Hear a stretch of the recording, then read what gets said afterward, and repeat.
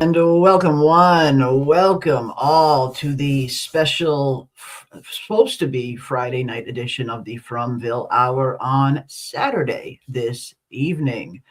And here we go, folks. We are getting closer and closer and closer now to season four finally hitting our screens. And I cannot wait. And I know the rest of you cannot wait either. And here we go, folks. It is almost upon us. But we got a little bit of ways to wait. So until it gets here, you know us, we will be live every single week, diving into all things from season four leading up to the new season.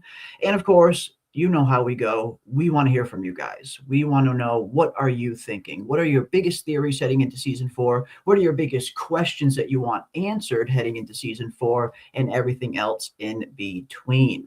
But welcome one, welcome all. PM, welcome. You ready? We are getting closer and closer now. I am so ready. We So really are closer than ever. And yeah, the Discord is really popping off. I like jumped in there and there is so much that we need to get through. I there's a feel like lot. the closer that we get, more and more people are doing their rewatches, Yep, and that brings up a lot. it does. Yeah. And not only that, Robert Saunders, the genius known as Robert Saunders, recently also had another suggestion for a stream topic that we could potentially do. And you guys know me, anytime I hear any kind of stream topics that you guys want to do, I am always down 100%. And this one was from Robert. It says, in the Discord today, we were talking about Jade's visions. And it got me to thinking that perhaps we could do a stream dedicated to discussing all of the characters' visions on the show. And I thought that could be very interesting, just a stream purely dedicated just to the many visions that we've seen. Because Jade's not the only one that has had visions. Boyd has seen things, Tabitha has seen things, many characters have been seeing some trippy stuff. So I thought, yeah, we could definitely do that. We will definitely be doing a dedicated stream diving into all of Jade's visions and all of the visions on Fromville. Yeah, I think your idea and Robert's idea is great. All Robert. No credit here. It's all Robert. Going And through everybody all of else the in the Discord. visions. Everybody else in the Discord too.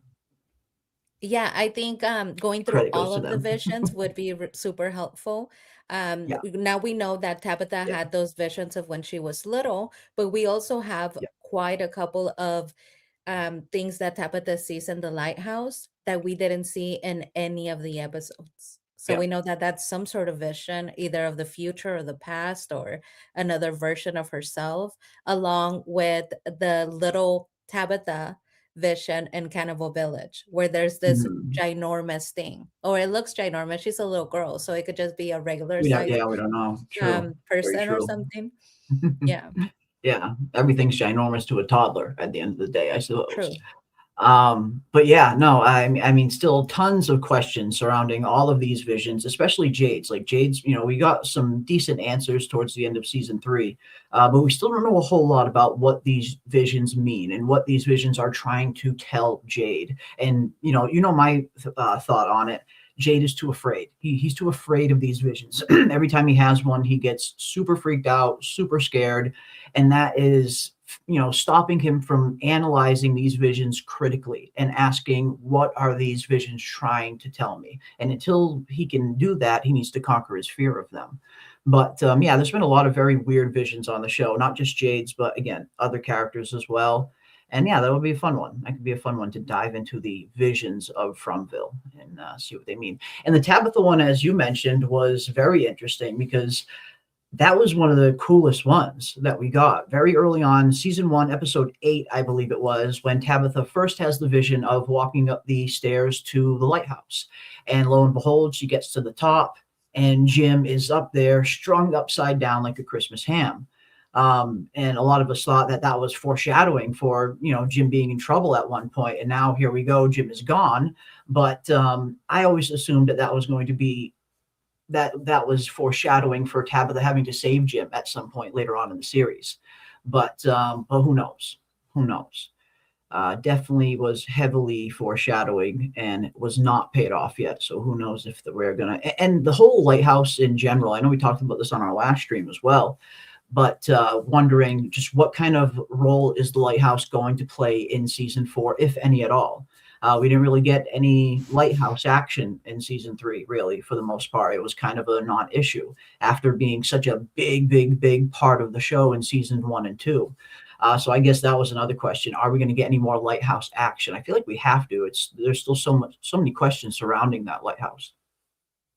Yeah, I think like we said in the live stream, not only is it going to come back around, but that might be the way out. We know Mhm. that the group of people, not the majority of people, because again, I feel like we need to get rid of the townspeople. It's just not Yeah. going to work to try to There's too have many a people. huge There needs to be exodus a yeah. with all of those people that are There very needs to be a unruly. thinning of the herd, another massacre where only our main characters conveniently survive. Yeah. Yeah, and the way out might be the lighthouse. We haven't discounted that because Mhm. while No. we have Tabitha who went outside, she got into the real world and she came back into From, we still have not had anybody else try. We need somebody to go and try because that still might be the way out. So Yeah. let's not discount it. We haven't seen anybody else try. Very true. Yeah, there's still so much we don't know about that. We still don't even know how the boy in white really sent Tabitha there. Like, what is the mechanism behind it? We know that she went out the window, and we know that she ended up in the real world. But how did she get from A to B? Did she fall through some sort of portal when she was falling out of the lighthouse? Like, what was the mechanism behind her getting to the real world? A lot of questions. Still a lot of questions there. I really do Um, like what Martin Thiessen. I'm sorry, no, no, I don't please. know, I can't pronounce it, but I really like your idea in the chat. Acosta together with Oof. Randall will be the huge massacre. So we know that we need a Maybe. thinning of the herd, and Yeah, Acosta together with Randall could potentially do it. it could. So I do like that idea. It's definitely a possibility. Definitely a possibility. I feel like there is going to be something on the way. We've talked a lot about season 4 potentially, most likely being their darkest season yet, the season right before the end. And we've gotten a lot of foreshadowing for that from the very beginning of the show. Again, the first few episodes when we get Ethan kind of laying out that whole blueprint about this being a quest and it being getting scarier the closer you get to the end. So I definitely think they're in for a quite a rough time in season 4. But yeah, Acosta and Randall together causing some kind of huge massacre could be very interesting. Definitely an interesting idea for sure. And it looks like we got a new member to the Fromily. Welcome, welcome. Thank you so much for becoming a member of the channel. And of course, for all members, there are custom emojis there. And of course, any member who requests a new emoji, a new custom emoji, I will always try to make that happen as well. Thank you. Thank you so much for becoming a member of the channel. And welcome to the Fromily. That is so generous of you. And awesome. I owe you a round of applause. Yes. Welcome, welcome, welcome to the channel. Season 4, hide Marielle's scissors. Yeah, season 4 hopefully will hide Marielle's scissors. Hopefully. Although, I mean, Jade needs a haircut. Jade is looking really shaggy, and we talked about this all the way since the very beginning of the show in season 1, and it seemed to kind of prove true the more the show went on, that it seemed like Jade's hair was rapidly growing way faster than anybody else's on the show. And at first I thought it was just random until I started to wonder, what if this is a mechanism? What if Jade's hair, how every season it gets longer and crazier, is almost a way of reflecting his mental state, how each season he is becoming more and more mentally strained and kind of really getting close to the edge. Boyd's not the only one who's being pushed to the brink. I feel like after Boyd, Jade is probably the second closest that is close to that brink, because he wants these answers so bad, and he's hit so many walls trying to get these answers, and it's really starting to get to him. The visions are really starting to get to him. And we heard what Tom said to him at the end of season 3. He needs to clear his mind. He needs to sober up so he can actually start to solve some of these things. So I feel like after Boyd, Jade is the next character that is the closest to snapping and the closest to kind of breaking. And it seems like every season, as his hair gets longer and crazier, it reflects the state of his mental health getting crazier every season as well. So I don't know if I want them to I cut it. So like I really like that theme because we know that Christopher, who was our previous Jade version of Jade, he yeah, went insane. Apparently, he went so insane so that so it seems. Yeah, Miranda told Victor stay away from him, and yeah, he potentially. This is still speculation, but we believe that he potentially helped or caused the massacre some because kind he of was crazy. part. Mhm. Mhm. So I do like the idea that Jade going from being very clean cut, Silicon Valley, then Yeah, becomes this wild sort of, long hair. His gray exactly. is growing out, and he looks like he's losing his mind, along with the fact that he's always high or drunk. Yeah. So that's not helping the situation.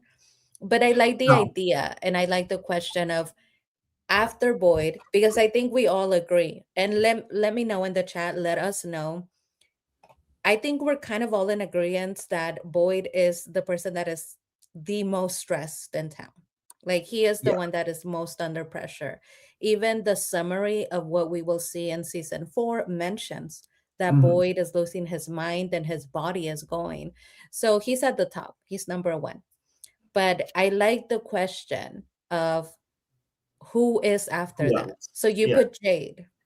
Jade, I think Jade is definitely, and I agree with, and I agree with this 100%. I don't think Jade will snap. I think he's the next closest to snapping after Boyd, but I do think ultimately Jade will solve it. I think Jade is going to be the one to figure this out. He's going to be the one to solve it, but he's going to be pushed to his absolute limit before he's able to solve it. I don't think he'll fully break, but I think Jade will come very close to breaking before he solves it. But I think, yeah, Jade is a possibility for being very close to being on the brink. But Jen, the teacher, brings up a good one as well with Fatima. Who knows what kind of Mhm. state Fatima is going to be in after everything she went through in season 3, giving birth to Smiley, and the state of mind she was in even before she gave birth to Smiley. Fatima's another one that could be on that list for breaking mentally. Yes. So I do like that, Jen, teacher. You're putting Fatima at number 2. Jeremy has Jade. And for me, the person that is beneath Boyd, who I'm most worried for, is Tabitha. Oof, Tabitha yes, is she's losing on her that list. husband. She is on She's that losing list. her husband.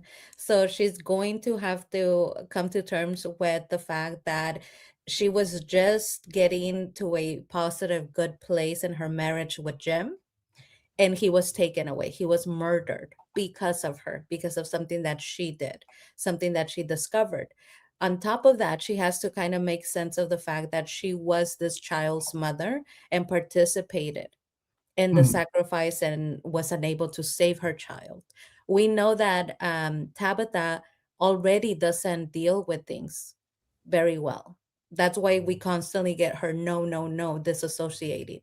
So she already has difficulty dealing with the basic from. Yeah. On top of that, the new discoveries and the fact that Jim is now dead, Mhm. plus along with the children, she, along with the children, is her worst nightmare. Yeah. Now she a lot of her children and from. She has Victor, who's her child. She has Julie and Ethan. Julie with this new All, ability, adding more stress. Mhm. All 3 of her children are heavily traumatized. So her, along with the children, having to deal with everything that has happened. Oh, and the Ankui little girl, poor little girl, I forgot her. So she has 5 of her kids and from, and she's gonna have to do it all on her own because Jim is dead. Maybe with the help of Jade, but he's dealing with his own stuff. I am most worried about Tabitha not being able to keep going forward. Mhm. I think she's definitely on that list. 100 for all those reasons you mentioned. She was pushed to the brink in season 3, and like you said, that was before losing Jim.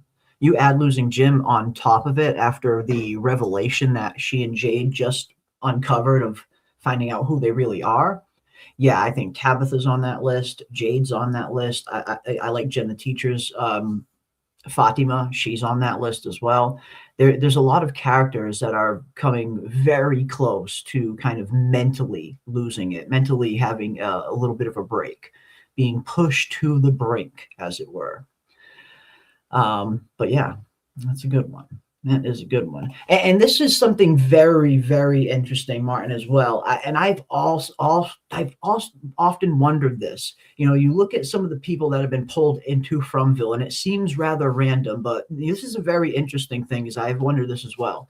I find it very strange so far that no actual bad people have been drawn into Fromville. And I assume you mean like, you know, like murderers, like real evil human beings. Like, yeah, we have our Randalls and our annoyances, but Randall's not like an evil person at his core, you know. If I'm catching your drift, and I have often wondered this as well. It seems like most of the people that get brought into Fromville seem to get brought into here because they have some sort of role, or you know, some sort of role to fill, essentially.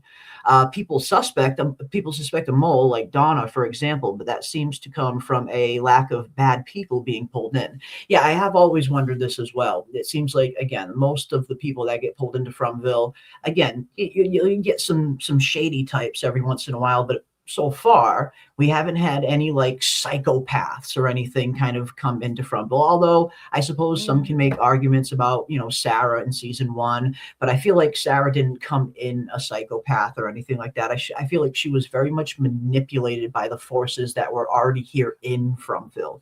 I think people come in here damaged with some baggage and trauma and stuff like that. But in terms of like having like a straight up murderer show up in Fromville and be like a real dark soul, yeah, we haven't seen that yet. And I don't know if we will. I feel like we're a little too far into the show now. But I have always wondered that. How come most of the people that get pulled in here seem to be mostly of a good nature? That is a very good observation.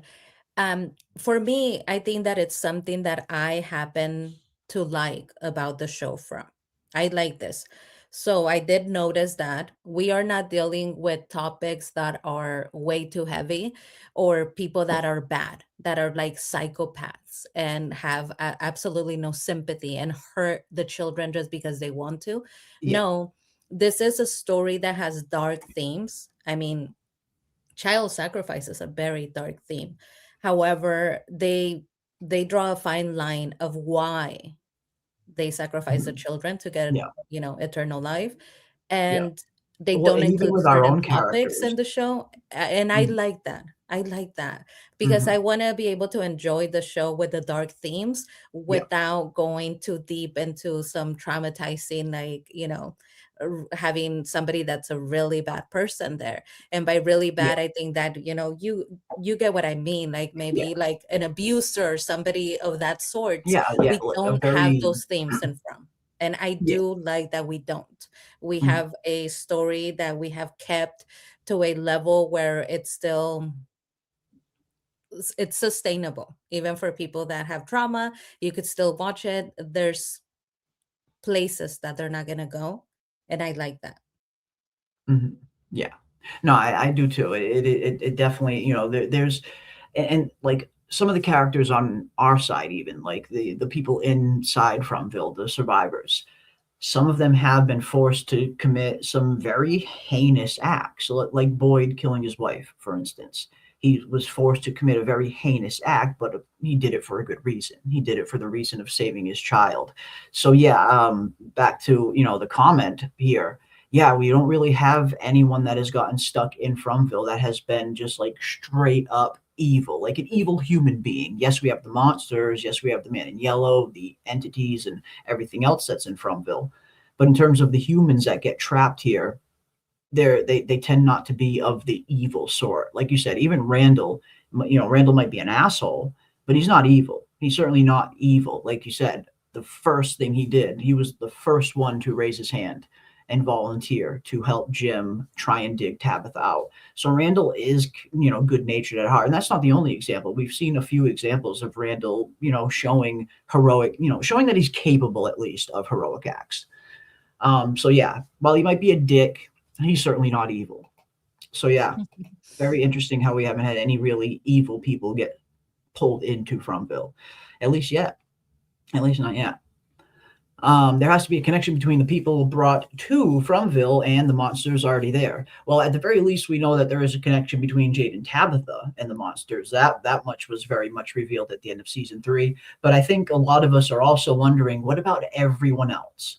We know Jade and Tabitha have been reincarnated every generation, and they always seem to get pulled into Fromville. But what about everybody else? What about all of the other cycles? Not just this cycle, but every other cycle. Is everybody a reincarnation of somebody else? Is everybody just getting pulled in here because they're all reliving past lives? Or is it just Jade and Tabitha that are on this reincarnation cycle?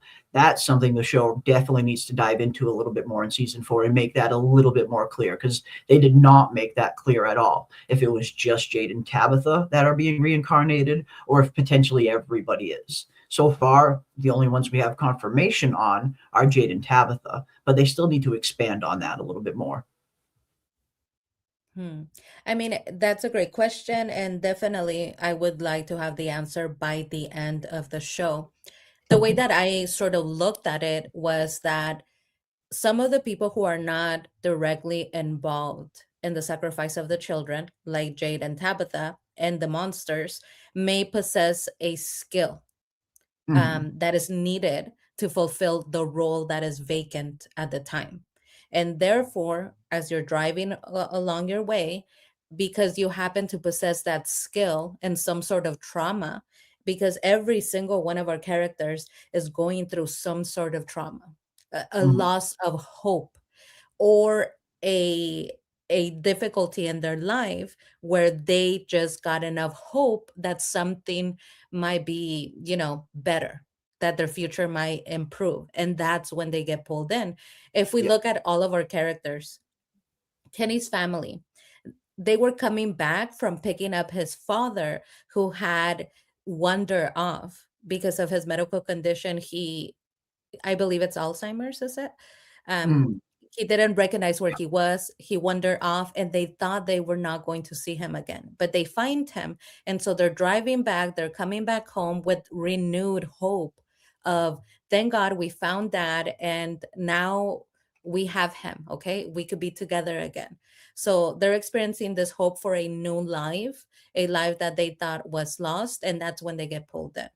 We have Mhm. Sarah, one of my favorite characters. She was escaping with her brother. Her brother was helping her escape An abusive an relationship. abusive relationship. And Yep. she also had a hope for a new life, a better Mhm. life. A Father lot of our Cowtree, characters were in a state of transition, it seems. transition in a positive way, where what Mhm. was coming was a positive, hopeful thing. And Yeah. so I think that if you're not directly involved in the sacrifice, it is that transition period, the liminal space of in between, that qualifies you along with the skills that you possess, that pulls you in. I almost feel like it's two teams playing this game, and you It's need new cosmic cards, right? chessboard. Yeah. When you're losing cards or you're losing pieces, you need to pull from the deck. And the Yeah. deck is the entire world, whoever's driving around at the time, whoever happens to be there, and you pull them in as Yeah. they happen to fit what you need in your team. Mhm. Yeah, so you need an ace in whenever you need an ace up your sleeve, you pull a Jade in from the real world and say, "Hey, it's your turn. Get in here." Coach is calling you Mhm. into the game. No, I mean, because and that is something they definitely need to definitively answer. Again, if everybody else is just being randomly pulled in here, or if it is a little more strategic. I agree with you. I think it's a little more strategic. I don't think it's random at all. I feel like a lot of the stuff on this show has been pointing to these people being brought here for a reason, not just Jade and Tabitha, but everybody. And yeah, Jade and Tabitha are going to need to solve the mystery together and break the curse. And again, I know I probably sound like a broken record, but I feel like Ethan kind of gave us that blueprint of the whole show, the whole series, right there in the second episode of season 1 about this being a quest. That's what this is, the quest. And everyone has a part to play. Sometimes the quest can be scary, and when it gets close to the end, that's when it gets really scary.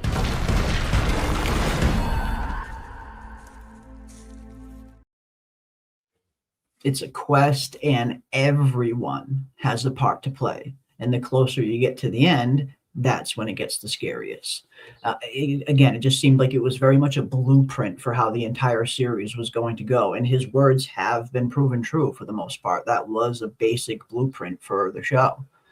And now here we are at the beginning of the end. It's going to start getting the scariest, and people's roles are probably going to start getting a little bit more defined. Why people are here will probably start to get revealed a little bit more as we finally kind of get to this beginning of the end. And yeah, I get the feeling it's not random. They're not just random people being pulled in here. Everybody's here to play some sort of part. Whatever that part is remains to be seen, but I think it is specific. I don't think it's random. Yeah, I mean, I agree. There's roles that have been fulfilled by multiple people in town. We know that because we see leftover remains of the roles that they fulfilled at the time. Yeah. Um, History but repeating itself, very much so. mhm, exactly. Not only does Ethan make sense, but when we look at the bigger picture, if we step out of the show, that is storytelling. Storytelling is the hero's journey. It's the Story hero's journey, it's a exactly. journey. And so therefore, not only does what Ethan makes sense, what Ethan says in the show makes sense for the story in the show, but if we step out of the show, that is how you write a story. You must go on this journey. And obviously, when you get to the middle, the all hope is lost moment, Mhm. and the end, things need to escalate. The tension must Yes. escalate in order Yeah, for you to write a compelling story. yeah. So, absolutely, that's probably what we're going to see season 4, and if it ends in season 5, there's going to be an escalation of what we have seen. And we know that because Martin also said the monsters are just the beginning. Like the monsters are basically nothing. Get ready for what's next. What is next? Who knows? But if the monsters are, not that menacing, I can only imagine what awaits the From's people, the townspeople. Mhm. Yeah, if they're just the tip of the spear, then what is the middle of the spear? What's the handle of the spear? Who's holding the spear if the monsters are just the tip? It definitely indicates that there is far bigger dangers. And maybe, he was referring to the man in yellow. Maybe the man in yellow is that end all be all villain that Fromville is going to have to contend with. I feel like it would make sense at the very least. We are getting very close to the end, and to continuously just keep reintroducing new and new villains every season gets a little bit untenable the closer you get to the ending of your story. It gets to a point where you have to introduce your big bad and play out the rest of the story. And the Man in Yellow he fits that bill in so many ways on this show. But yeah, it'll be interesting to see. I know that's definitely a big point of contention where some people think the Man in Yellow is the big bad, and some people think there's still one more big bad after the Man in Yellow. And there could be. There very well could be. But either way, they definitely need to get that main villain kind of revealed if there is one more to come. Do you think the talismans are older than we think? Is the first are older than we think is the first cycle and from. I mean, it's again so much that we don't know, but looking at the talismans just at a quick glance, they do look very old. They look very old. They definitely look ancient. They certainly look like they were carved, potentially centuries ago, maybe even thousands of years ago. Who knows? But yeah, I don't know. Are they from the first cycle of From, or did the talismans only just come about when the monsters came about? And I think that's the big question that needs to get answered. Are the monsters as old as Fromville, or was Fromville the place around before the monsters? A lot of stuff we still need to get answered. The boy in white did say in season 3, it all started with the children. But what exactly does all mean? Meaning the monsters were created and the sacrifice happened, and that all started with the children? Or Fromville itself, this very plane of existence, is that included in all? Again, the show likes to leave these things very ambiguous. They don't give us very definitive answers. But yeah, I don't know. I always kind of thought that the talismans were as old, probably as Fromville itself, but just my guess. I mean, Being that the talismans protect you against the monsters, I am assuming that they must be as old as the monsters At are. least, yeah, at least as old as the monsters. Yeah. Yeah, because that is their purpose, right? Now, how old is From? Going to the second question of how old is From? Because we have cave drawings, and when we put that together to what we have seen, the people, the apparitions that we have seen, and their clothing that dates back to an older time, Yeah. along with the cave drawings, paintings, the talismans, and the primitive language, Ankui. They didn't say Mhm. remember. If it's 1950s and it's the US, they would have said, hey, mom, remember us? But they used a primitive language, Ankui, a Mhm. language older than English. Yeah. Therefore, when we look at the evidence along with all of the numbers, I'm guessing that this Yeah. story, this happened a very long time ago. It Mhm. happened during the time where the language that those children spoke was primitive, and it was Yeah. before English. Mhm. And it does seem like the Ankui meaning the reveal of Ankui meaning remember does kind of give you that that sense that this is from some kind of maybe ancient dead language. Who knows how old? But again, you look at some of the dates or what a lot of people believe to be dates on the lighthouse, and the earliest one we have is 1506. Is that an indication that the 1500s is when all of this started? Is 1506 the time of the first ever cycle? Again, it's an interesting theory, but it's really hard to know which way or another, But I definitely get the feeling, you just get the sense that this place is very old, very ancient. And even though the monsters themselves are dressed in clothing from like the 50s, 60s, I'll be very surprised if the monsters themselves were human during the 50s and 60s. I see them being a lot older than that personally. Yes, I do not believe that the monsters are from the 1950s. Now we must get answers as to the clothing. We got to get So, an answer for the right, clothes. you guys? Why are they dressed Why in are they 50s dressed and in the 60s clothing? 1950s when we know that they're not from the 1950s? Not only why are they dressed that way, but why is there a matching? We know that in From, you kind of have access to whatever people are bringing in. That's Yep. why all of our characters are dressed and just kind of like what looks like hand-me-downs, because Yeah. they are hand-me-downs. It's left Exactly. over from the people that were there. Previous cycles. Yeah. All of the monsters, however, they get to match. They all have a matching aesthetic and a matching theme, that Mhm. being like the US and the 1950s, where you have your Yeah. milkman and you have your Yeah. librarian, your Your cheerleader. quintessential small town America and the your nuclear family America in the 50s, 60s era. Yeah. How did they get access to this clothing? Why did they choose that aesthetic? Why did they choose that style? And now we have something that I am very excited about with season 4. Mhm. Smiley was born without unclothed as he Yes. was. What Yes. outfit? What outfit does he get? Where I does think he get the outfit? Is it oh, going to be 1950s? And is it the same outfit that he used to wear? Or does he get a new outfit? I think I can answer that because I think I have a picture of him behind the scenes filming in season 4, and it looks like it's this pretty similar outfit that he always wore.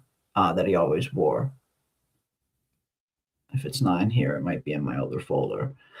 But no, that's a good question. And in terms of like where are they getting these clothing? And I agree with this here with Michonne. They steal the clothing, and I think we saw an example of that in season 3 as well. When Victor and Henry go down into the caves, we saw that Smiley stole Miranda's sweater after killing her.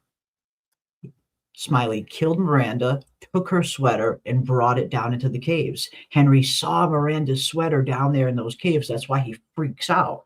And we know Smiley was the one who killed Miranda because we finally saw that in that flashback. She got killed what looked to be the night of the massacre when she was on her way to the faraway tree. So it looks like they do steal clothing. But if they steal clothing, how come they haven't stole any clothing since the 50s and 60s? Why are they still in this 50s, 60s era garb? How come they've, haven't worn any of the new clothing that they've stolen? There's been many other cycles since then. So again, it's just we need a definitive answer as to why it's all 50s, 60s garb. But Yes. So one of the qualities that I find endearing in the monsters that they like to take things, they like to steal things, and they're they hoarders. like to take Um, souvenirs. Like we see the TVs, all the stuff that they have down mhm. there, they like to take souvenirs. Now I wonder, is that just taking a souvenir, or is that them trying to hold on to some small little sliver of humanity that might be deep, deep, deep, deep, deep locked away in them because they were human at one point. Mhm. Um, my guess on this is if we think about the fact that these were people that lived in the time of the Ankui children, in the time of that language, an ancient language that is no more, before there was buses and cars and electricity and the sort of thing that we have now. To them, this would be very interesting. The clothing would be interesting. The TV would be something that they in their time as humans didn't get to experience. And so therefore, when Mhm. they're saying that the town has all of these new things, I think, it would be interesting to them. And so they would want to take it with them, even Yeah, though they don't. and I Mhm. think that's why we see Smiley acting super weird, right? And I believe you brought this up as well. Smiley like putting his hand on the banister when he's walking through Colony House Massacre, like he's never like felt something like that. Smiley going up on the bus and sitting in the driver's seat and like pretending to drive, almost like he's never experienced something like that. So yeah, maybe it's that. Yes, in Cannibal Village, we see the remainder of what used to be a wheel from a carriage, like a horse-drawn carriage. You see Yeah, these wheels that are made out of wood, wooden wheel. So in their time, they didn't really experience vehicles or television. Even clothing would be interesting. A sweater might be interesting to them. So I can yeah, understand why they would take it, but they don't wear it. yeah. So They don't seem not to where wear it. They they're don't getting seem to change. no, that's not where they're getting their outfits. Not only that, but there is a magical element to their outfits. We know that when they kill, they are brutal. Yeah. They're brutal. I mean, there's blood everywhere. It's Or they got some really good Tide somewhere. exactly. They have Really the good best laundry detergent in the detergent. world. So there is some magical aspect to their clothing because not only does it all match, it's all 1950s. Yeah. The aesthetic is all fitting for every single one of the monsters, but they're always clean, pristine, absolutely spotless.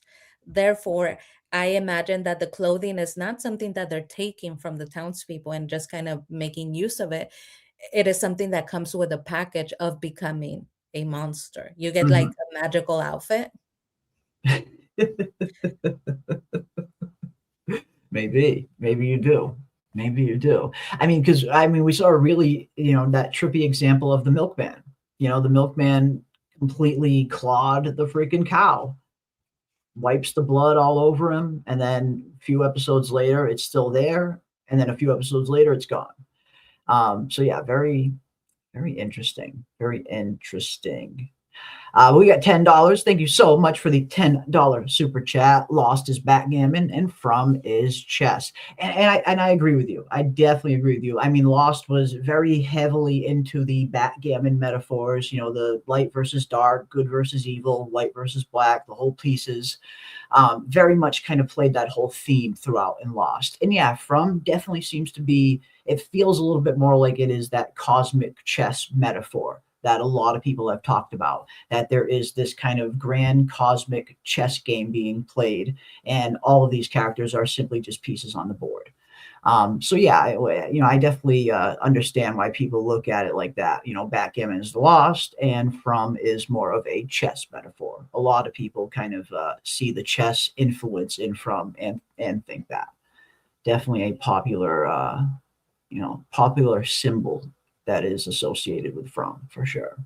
Mhm. I And if do there believe is, that. Mhm. mhm, Oh, sorry. No, I was only going to Elsie. say if there is a chess game, the only question is who are the players? I mean, we know who the pieces on the board are. The pieces are the monsters, our characters, the people in Fromville. But who are the two people that are controlling the board is the question. If this is a grand cosmic chess game being played, and is it the man in yellow versus the boy in white? Yes, LCOB4. I do believe that you have evidence for what you're saying about from being chess. And the evidence that I do believe that you have is that when we first see season one, the town and the game that they're playing, Kenny's father plays chess. They make a Hmm. big emphasis on focusing on the chess board. And we see that the floor of the basement where Kenny's father is currently living also resembles a chessboard. Not only that, but then we continue the chess metaphors and we continue with the chess symbolism when Kenny is trying to process the fact that his father died. He's cutting up um, wood from a tree to make a chess piece. And he once again brings up that his father really liked chess. And he's covered in blood and mentions chess. So I do believe that you have evidence because it's constantly being brought up and there is language as to the chess game, like checkmate and things that they say that alludes to there's a game here, there's a game being played and there's Hmm. turns. Yeah. Boyd says we this town likes to create hope so that they could take it away. So there you see a back and forth, a game that is being played. They give you something, they take something. So I do think that you have evidence for what you're saying, and I totally agree. If From was a game, it would be chess. Yeah, I think so. I like that metaphor, and I do agree. I do agree. What is up, David? Good to see you, my friend. Hey, better late than never, my friend. Better late than never. We are happy to have you. Happy to have you. And happy to have everybody. Big shout out to everybody who came and hung out with us tonight. Big thank you. We love diving into all this stuff. What is up, Xavier? Good to see you, my friend. Welcome. Welcome. Yeah, Milkman is a great creature. Iconic look. He really is. Like when you think about just like the iconic looks of some of these monsters, the Milkman, very iconic. But for me, the creepiest one forever will always be, where is she? Where is that creepy nurse? The creepy nurse, the original nurse from season 2. Now, unfortunately, this actress was recast in season 3, and a different actress played the nurse in the 3rd season. But the original actress that played the nurse in season 2, this for me, this was the creepiest monster I've seen on the show. Just from whenever they are casting for their monsters, in the cast description, they're looking for people with pronounced features on their face. Like they want people with interesting kind of looking faces to play these monsters. And they fucking hit gold with this one. This is the creepiest monster, just for me personally, anyway. This is the creepiest monster I've seen on the show. Just, I was so, not so bummed, but when I saw that this nurse wasn't in season 3, that they recast her, I was a little bit bummed. I'm not going to lie. A little bit disappointed because this is the creepiest monster I've ever seen, just for me personally. Yeah. I mean, she is iconic, just like Smiley. They have this smile. It's their smile that makes them really special. And they Hmm. didn't edit that. This is just their natural way of smiling. So they didn't need special effects. It's not AI, which is why I love the way that these two monsters, this nurse and Smiley, look, because it's Hmm. not AI and it's not edited. Yeah. So they have a really special look about them. I do see that the chat, even though we are lamenting that we have lost a very unique looking nurse, Hmm. the chat, a Yes. couple of you guys are in agreement that the new nurse is the hottest monster. And you know what? Katrina Layton, she says the new nurse is the hottest monster, or they say. Yeah. Um, I agree. I We are not above talking about looks when it comes to the no, monsters because we absolutely not. actually held the whole thing where there was a rating as to who was the hottest one, and it was a Jasmine, the monster, Jasmine or the new nurse. or And the new Jeremy nurse. and I picked the new nurse. Yeah. We thought she's gorgeous. She's super pretty. But a lot of the other people picked Jasmine, and guess who won? Jasmine won Jasmine's that. iconic. Yeah, she won as to who is the hottest, prettiest monster. So we will Yeah. have to do a redo and We'll have to see do another if one when season 4 comes around. Yeah, definitely. But yeah, I mean, yeah, the new nurse, the new actress playing the nurse monster. Yeah, she definitely among the cuter monsters. But this one was just downright creepy. Like this nurse monster was super freaking creepy. And I'll never forget that scene. Her just kind of standing right outside of Randall's bus in season 2, just super creepy. Whistling London Bridge is falling down. Super creepy. Super creepy. Definitely the creepiest nurse. I mean, the creepiest monster for me personally. But yeah, a lot of people really like the new nurse monster. We and got the the hottest diner too. and the Creepy hot. can be hot, Jeremy. We are not knocking Creepy you can be down. If hot. you think that this one is the Absolutely. hottest one, you go for it. Okay, You go that's for that. Yeah. if she's Man, your vibe, she's your vibe, what if Jeremy. I think Granny's the hottest? I mean, no shame, right? Yeah. Maybe Granny's my You, favorite. you do you. But yeah, I mean, season 2 was fun when Randall was stuck in the bus. Like those were some fun episodes. Like when the monsters were fucking with Randall and his reaction. Like those were some really fun episodes. Seeing Randall in that freaking bus. That was good. That was some good writing. Some good writing. Um, let's see what else we got.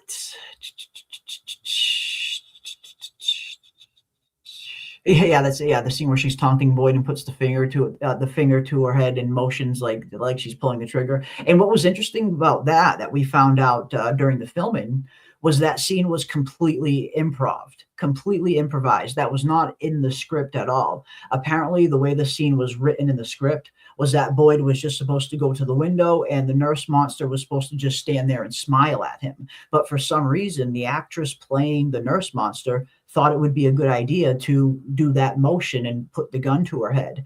And it was a great idea. Harold Perrineau saw it and completely went with it, and the scene ended up way better for it. And I love little improv like that. There's nothing funner than seeing some improvisation in roles like this, because it tells me as an audience member that actor knows the character that they're playing very well, that they're comfortable improving something that ends up being better than what was written. That's a skill. That is a very, very good skill to have for an actor, and not many actors can just do that on the fly.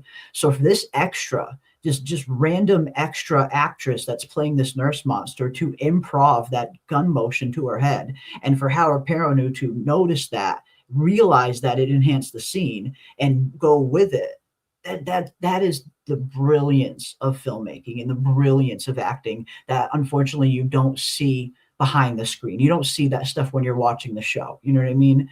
But that's the brilliance of actors like Harold Perrineau and that nurse monster. Yeah, that was a great scene because he lost it. He lost it. He was He lost he it. He almost was about lost. to go out there. He's like, Patrick, like, what are you saying, right? And they had to hold Yeah, him back. His son was like, You are getting way too worked up, right?" But he found it so offensive. And it was very offensive, but it is what the monsters want you to do. And yeah, also, it added to the idea that they can't hurt Boyd. The only yeah, person that can hurt Boyd is Boyd, because she was telling him to basically unalive himself. And we see that the monsters, whenever given an opportunity to hurt him, they don't. yeah. So Mhm. it adds to that idea of, we can't really touch you, but we could push you, and maybe we could get you to do it for us. So I really did like that scene. Yeah, no, me too. Me too. And again, the show has so many little instances like that throughout all 3 seasons that you really get to see, like, they really have a good cast here, and some of these people are putting on some really, really good performances, and it's some of the smaller nuanced stuff that you maybe don't even notice when you're watching, until you kind of take a deeper look and really kind of analyze and break down the scene, each scene by scene. But yeah, no, I love seeing stuff like that. Love seeing stuff like that. And yeah, no kink shaming here. Yeah, Jeremy always has thought that that nurse was super hot, the original nurse, and he's been lamenting the fact that they changed That her. is not true. That is false. That is false news. And It is Granny. false. False news. Um, false news. Yeah, oh, and even finding out stuff like this. I did a video on this a while back. But they revealed all the way back in season 1 when they started talking about how they came up with the design of the monsters. And apparently this was their reason. This was their original inspiration for how they came up with the designs of the monsters. This painting right here. And you can kind of see it. Like you can kind of see where they kind of drew inspiration from this famous painting and how they went from this and ended up eventually landing on their final version, which is this. Very similar. Very similar. You can definitely see where the inspiration came from. So yeah, I love seeing the artistry behind everything that goes into making the show. Yes, watching the show in and of itself is super fun, but seeing the artistry that goes into actually making the show is really incredible sometimes. Not a lot of shows have this level of creativity. Yes.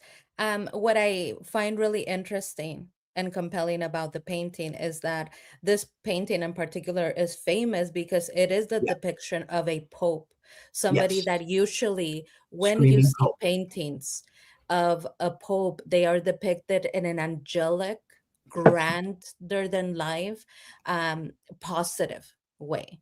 However, this particular painting, when you see the painting of the pope, he is distorted in a way that has a lot of darkness and a demonic sort of entity. He looks like Mhm. a Yeah. monster. And so it's a way of depicting somebody that usually is depicted as a safe being, as a very twisted, tortured, almost monster-like individual. And when we look at the parents, they were supposed to be the safe place for their children. They were Yeah. supposed to provide that safety, that love, and they became Yeah. these twisted monsters because of their desire to have something at the expense of their children. And It's so I so think it's fitting. very fitting because So fitting. they're supposed to represent Yeah. a safety and a sanctity, and both depictions show you that they're the opposite of that. Mhm. Yeah, and it is. It's super fitting when you see, the kind of deeper symbolism behind it and the deeper meaning behind it. And again, the creativity that goes into taking something like this and creating those from monsters out of it. Like that's genius. It's super genius. Um, and yeah, it's very interesting. You can actually hear Jack Bender talking about it, the director of the show, the director of From. He's got a really nice, interesting behind the scenes segment where he talks about the making of the monsters, and he brings up this painting and cites it as the inspiration. They started off with this painting and they went from there. So that's just so cool. It's so cool to see that they start with a random painting and voila, by the time they're done, they end up having these kind of fully fleshed out monsters. Oh, I think it might be here.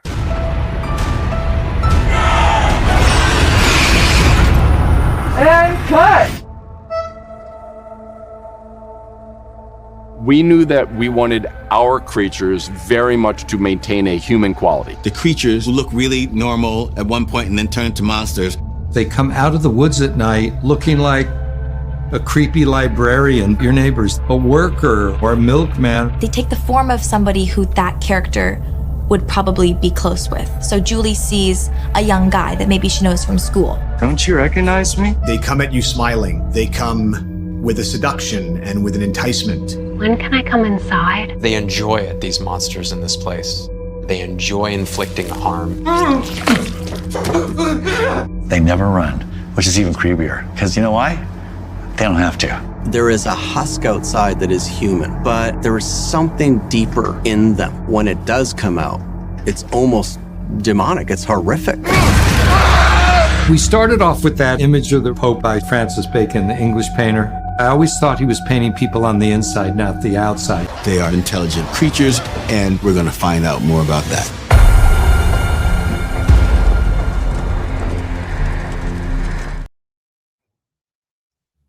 interesting. Very interesting to kind of turn this painting into those monsters. Super creative. Super creative. And I again, thank really you. Well, I just wanted to thank Dieter for being a member for 1 month and sending his monthly member chat. Please like this live, or the man in yellow is coming to get you. Well, thank you so much for that, Dieter. Very much appreciate that. Very, very much appreciate that. And good night, my friend. I know you're in a different time zone than us, and I know it's really late, for where you are. So thank you for hanging out with us for as long as you did. It's always a pleasure, my friend. Always fun to see you in the chat. And thank you so much, Kiwi, as well, for being a member for, 31 months. 31 months Kiwi has been a member for. Thank you so much, Kiwi. And she is echoing what Ankui Dieter said. Thank you so much. Thank you. Very much appreciate it. Oh, man. But yeah, very cool. Very cool creative stuff here that the people on From are working with. Very, yeah. very creative. I like the line where he explained that he believed that he was always painting People people on the on the inside. inside, Yes. despite what they present to us. Because when you see the monsters, Jasmine was so convincing because she has a little like dress with a collar, and she looks Yeah. like the Yeah. sweetest, nicest person. Even Yeah. Smiley is very clean cut. He looks like a 1950s perfect gentleman, and yet they are horrifying. They are horrific. They don't have any good plans for what they will do to you. So I really do like the similarity in who they are. Sometimes the people that seem the nicest are the people that you can't trust. So I like that they're putting forward that idea that there's a misconception on how people present and who they really are inside. Somebody in the chat was mentioning there is Randall, right? A lot of people think that Randall might not be the best guy. However, when we see and judge his actions, he was one of the first people to go to the Matthews house and help. He also went in and tried to help Boyd. It didn't work out for him, and they ended up putting him on the ambulance like a Christmas tree with the lights going and everything. But he was somebody that volunteered, even though on the outside Randall presents as a person that is mean and antisocial and doesn't get along with people. We see him not only volunteer to be helpful, but we see him interact with Julie and try to make sense of what they have gone through. And we see that his interaction with Julie was very pleasant. I remember being super worried because when we first saw those two interacting, a lot of people, they like to ship characters, and they were shipping Yeah. Julie and Randall, Yeah. and Randall was nothing but like a big brother to Julie, Yeah. teaching her how to drive and keeping that interaction very positive in a good way. So it's a perfect example, you guys. I totally agree with the chat. Yeah. 100%. 100% agree. 100% agree. I missed it. Where did this painting come from? This painting it's a very famous painting, and this was the original inspiration that the people behind From used to create the monsters, look, how they physically looked. This was the original painting that inspired that look. It's a very famous painting. The title of it is the Screaming Pope. It's the Pope. It's a depiction of Pope Innocence, the 10th, I believe, from Francis Bacon. Very, very famous painting. And yeah, this was the inspiration behind the monsters. At least the inspiration behind their aesthetic, behind how they look. But yeah, it's always fun to see how it went from A to B. Very, very interesting. Could it all be a take on what happened to the people who sacrificed their children to Moloch? Ooh, interesting. I mean, maybe. I'll have to brush up on my Moloch. But yeah, if I remember correctly, there's definitely some similarities to the Onkui sacrifice for sure. Yeah, maybe. Very much maybe. Absolutely. One is surrounded by 12 and sacrificed, and there is a passage in the movie explaining it somewhat, something older than religion. Interesting. And you wonder if this is, if something older than religion, if that is in any potential way why maybe there was no Bible in Fromville for so long. That Fromville itself is older than the Bible, maybe. Was that a hint for that? I don't know. Don't know. Let's see what else we got. Yesterday was From's birthday and mine. Oh wow, well thank you. Oh, that is totally right. But first and foremost, happy birthday, Katrina. Happy birthday to you. I hope you had a phenomenal birthday. And that is awesome to share a birthday with From. That is pretty cool. I gotta say, I'm a little jealous of that. From birthday. That's pretty cool. But yes, I did remember seeing yesterday. Exactly yesterday was 4 years to the date since From season 1 premiered. Yesterday was From's 4-year birthday. Pretty crazy. Wow. That's amazing. And happy birthday, Katrina. That is the coolest birthday. I wish my birthday was on From. I do too. I wish my birthday was From. That deserves some glitter bomb birthday glitter. But that is a cool birthday to have. And I hope you had a good birthday. Hope you had a good birthday. And thank you so much for the 199. And I see the happy birthdays in the chat. Love that. Awesome stuff. Awesome stuff. All right. Oh, and we got another $2 from Blue Water 4. Thank you so much, Blue Water 4, for the $2. That is so incredibly generous of you. If you have a question or a theory or anything from related that you want to discuss, by all means, throw it in the chat and we will definitely discuss it. Let us know if there's something you want us to dive into. Imagine having a Smiley monster cake for your birthday. That'd be pretty cool. I wouldn't mind a nice little Smiley monster cake. You know what I wouldn't mind? A cake in the shape of like a talisman, like a nice little talisman cake. That would be pretty cool. I want a Boyd cake with A the Boyd yellow cake. shirt and all.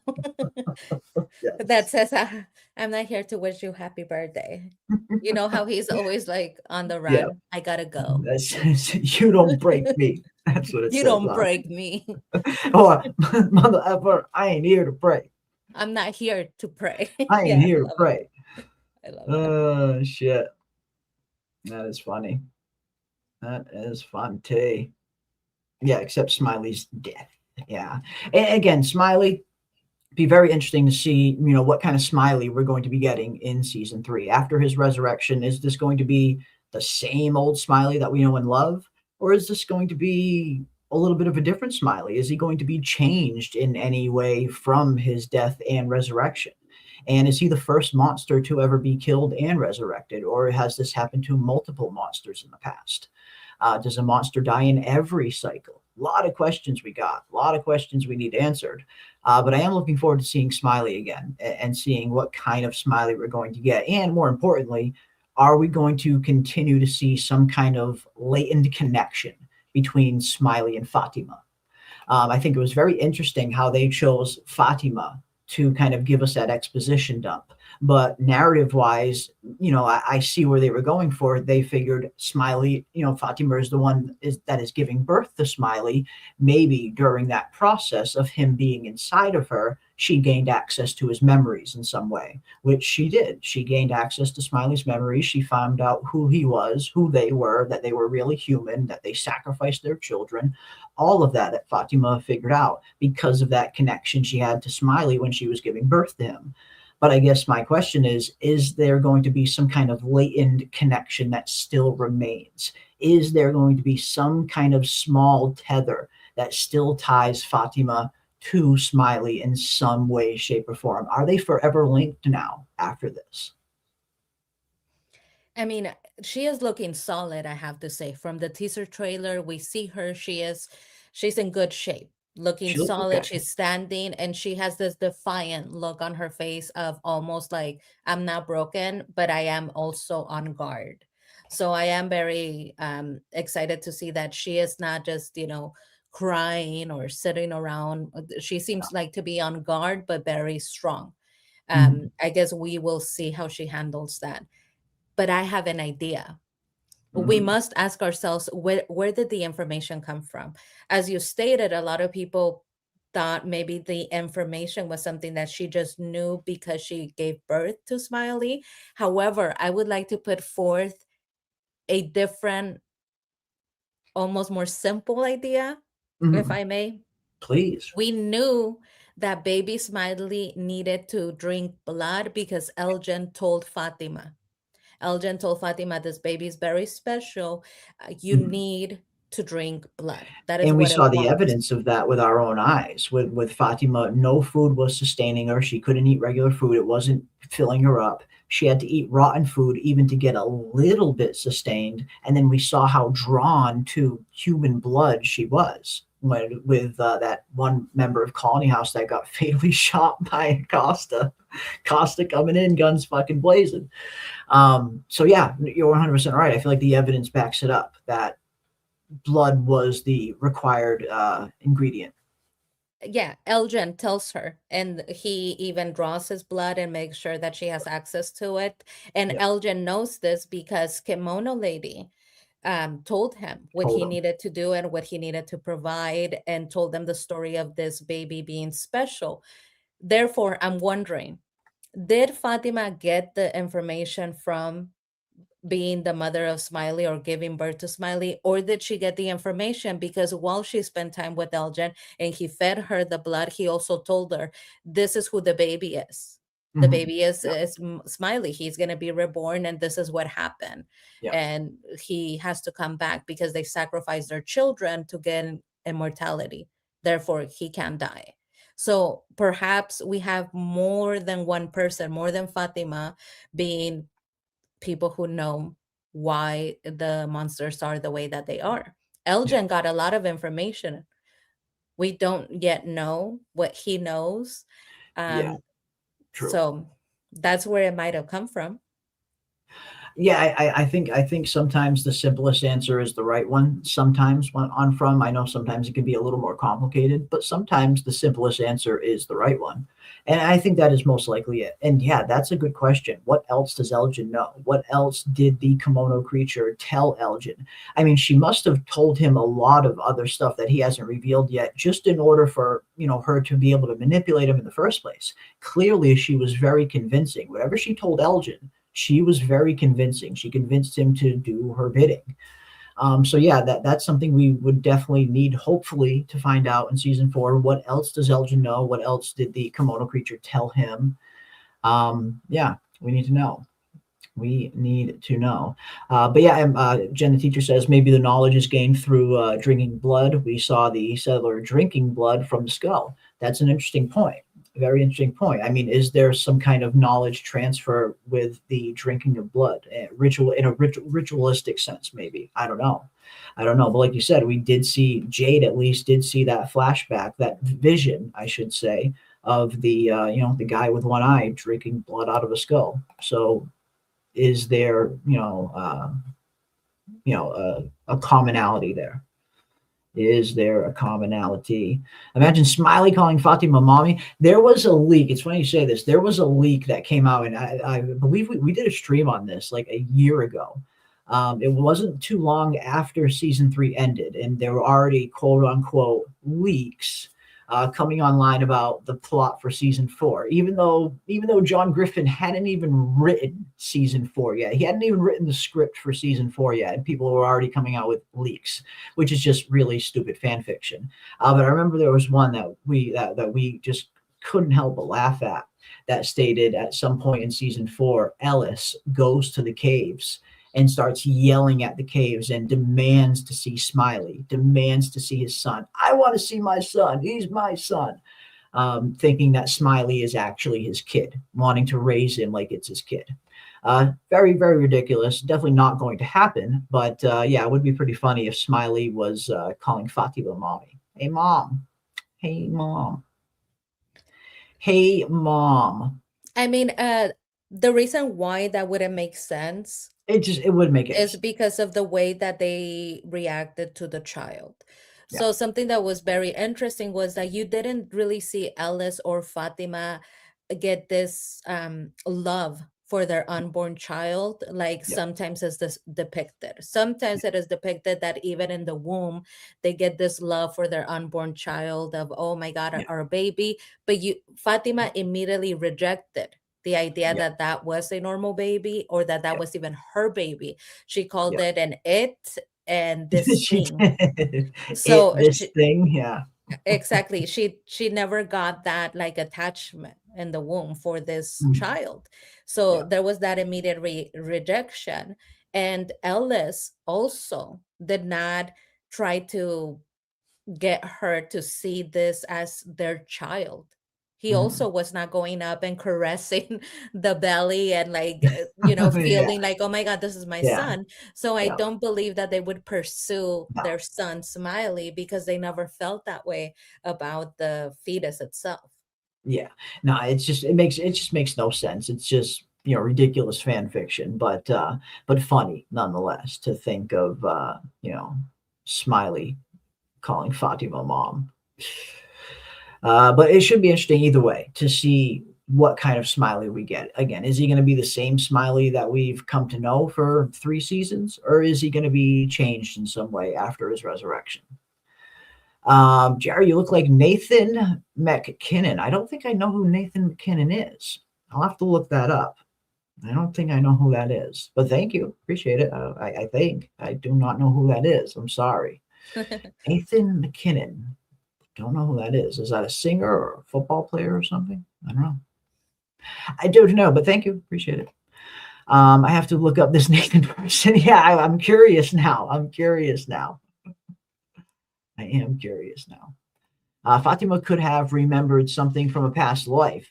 Now that I mean that could be. I guess that could be very interesting, Samuel. If Fatima could also start, remembering other stuff. I mean, while she was giving birth to Smiley, she clearly tapped into something.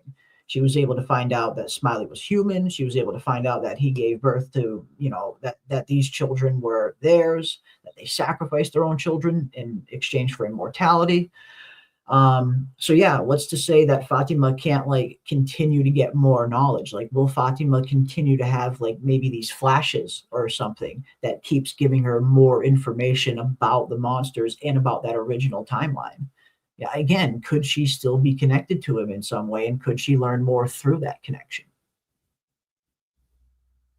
Yeah, that's a really interesting idea. The past life idea has been something that the Discord has been discussing a lot lately. And I actually wanted to bring up something to you, Jeremy, to see if you got a chance to see that on the Discord. Oh, please. But join the Discord if you guys haven't, because there is always very interesting conversation happening in the Discord. The Mhm. Discord was discussing, will Henry have feelings for Tabitha now that he knows that Tabitha is Miranda? Is he going to be going around town No. following her around and pining over her because that is his wife that he loves and he wants another opportunity at loving? Remember how he told Jim, I wish I could have done everything differently. Um, It is too late for me, but not too late for you. mm, And so the Discord was discussing Henry and Tabitha out of all people, which I thought was an interesting point. That hmm. is his wife. I It's a mean, some of the reincarnated memories. it's a reincarnated version of his wife at the very least. Yeah. Um, yeah. I feel like getting into that territory is getting into that territory is getting into the similar territory of Jade and Tabitha being attracted to each other in season 4. And we've talked about this, like we just can't see that happening, right? Like I think we were on the same page there. We just can't see Tabitha going there with Jade, I don't know. I feel like I don't think Tabitha will ever love anyone ever again. I think Tabitha will always be loyal to Jim, even though he's gone. I don't see Tabitha ever getting romantically involved with anybody. But no, I certainly don't see Henry and Tabitha develop. I certainly don't see Henry developing some kind of crush on Tabitha, thinking that she's Miranda. I feel like we're getting a little too crazy there if the show goes in that direction. But who knows? I guess anything's possible. There is that connection there. The Discord is crazy. They're crazy. They're hilarious. You Love guys it. are I love so it. funny. But Love it. when it comes to Tabitha and Jade, can I see them together developing a connection? I could see them together way more than I could ever see Tabitha and Henry Definitely more than together. Tabitha. Henry at the So, very least. Yeah. um, and they have had interactions that were very sweet. They Yeah, did have they this did. connection They where did. it was unspoken. He knew Yeah. what she needed and she knew how to communicate by just looking at him. So can I see Tabitha and Jade? Yes. I could see them working out, and I would 100% root more for that relationship than for Fatima and Ellis. I find it to be more romantic. Ooh. I would Yes. be more invested. However, I was thinking we always say no, but why are we saying no? And I think I Mhm. have the answer, you guys. I think I might have the answer for the Henry Tabitha situation of all of her Uh-oh. lovers. And Uh-oh. this is what I believe it might be like, something that we can relate to.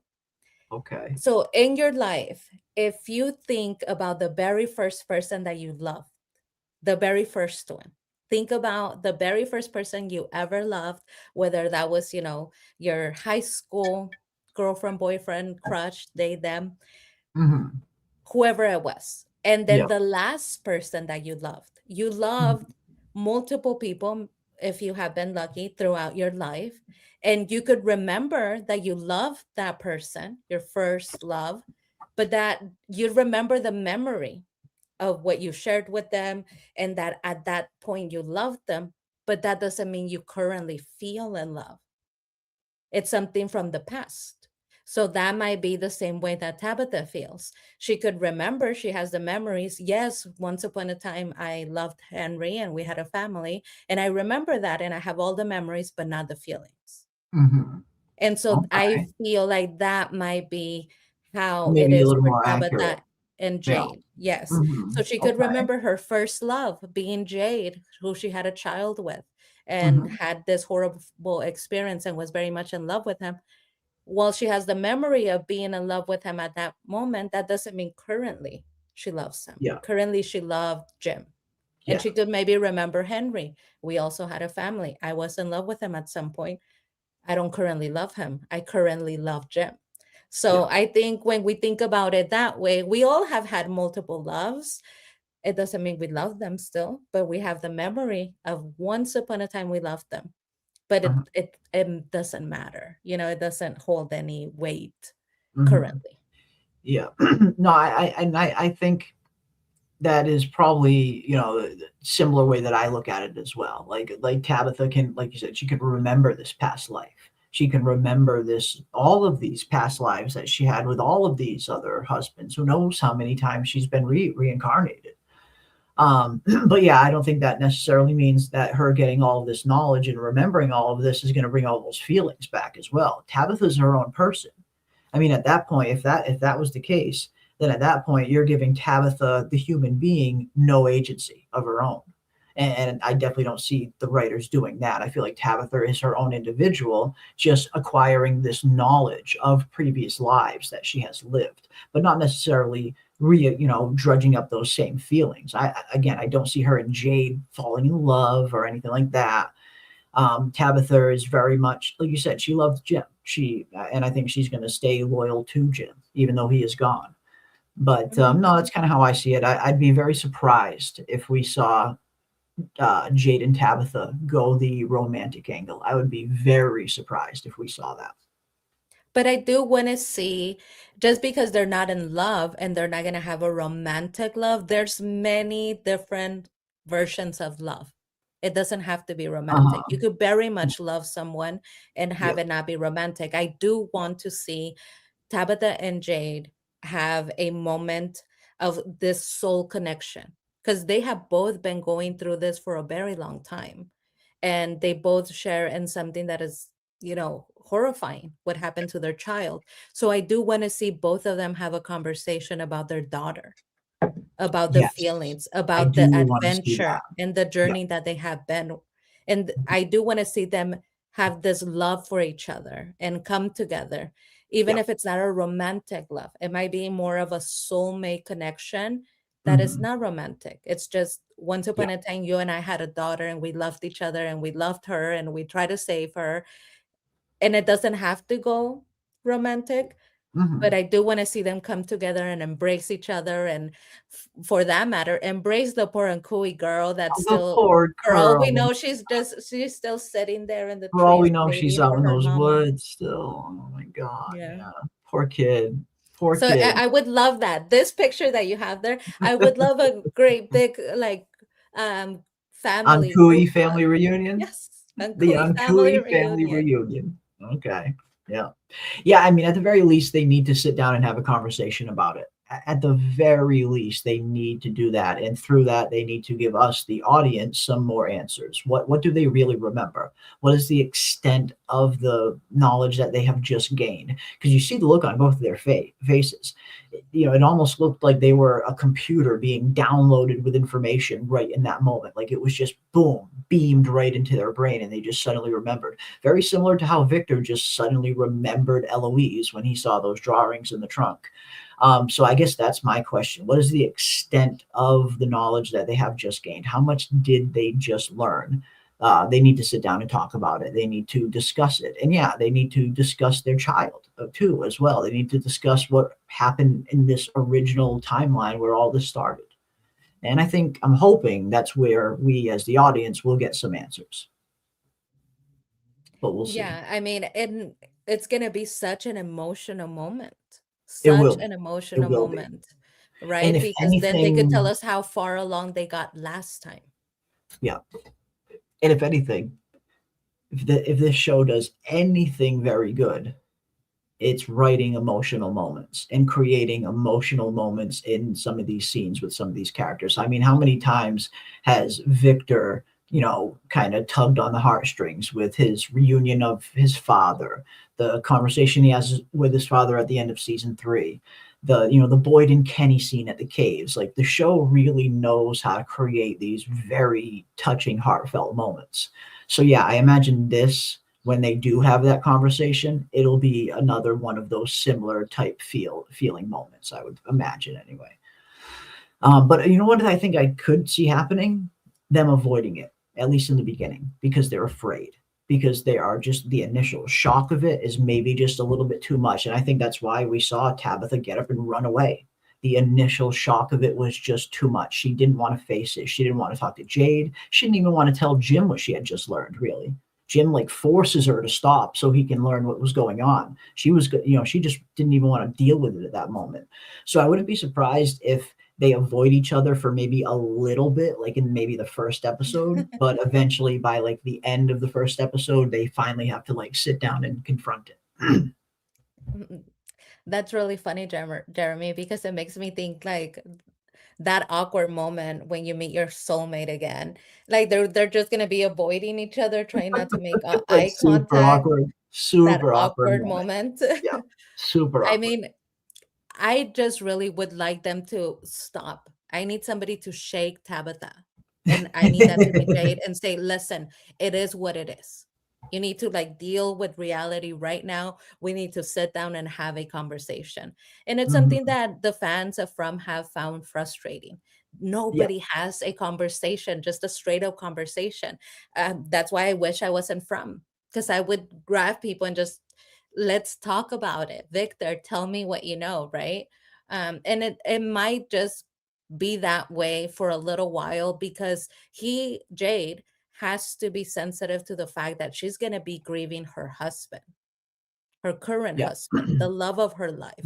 That's not the moment where you come to her and say, hey, what's up, soulmate? Let's go ahead and discuss everything that happened with us. She's grieving and, trying to process the death of her husband. So he's going to have to find the right moment to have this conversation that absolutely must happen.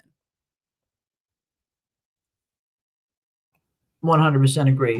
He's going to have to approach it the right way, the right time, and the right way. It's going to have to be a very gentle approach when Jade does eventually try to broach the subject with her. And we got David Riley for $1.99. If I missed this, I'm so sorry. David Riley, thank you so much, my friend. What is up? Sorry I'm late to the stream. Hey, better late than never. I mean, you're here. That is what matters, my friend. And thank you. Thank you so much for the $1.99. That is so generous of you. Super generous of you. You guys have been super supportive, and I really can't thank you enough. But yeah, welcome. Yeah, Henry would say, we do not get a divorce. Technically, we didn't get a divorce. Yeah, maybe Henry would go down that route. I doubt it. but it would be funny. It would be funny.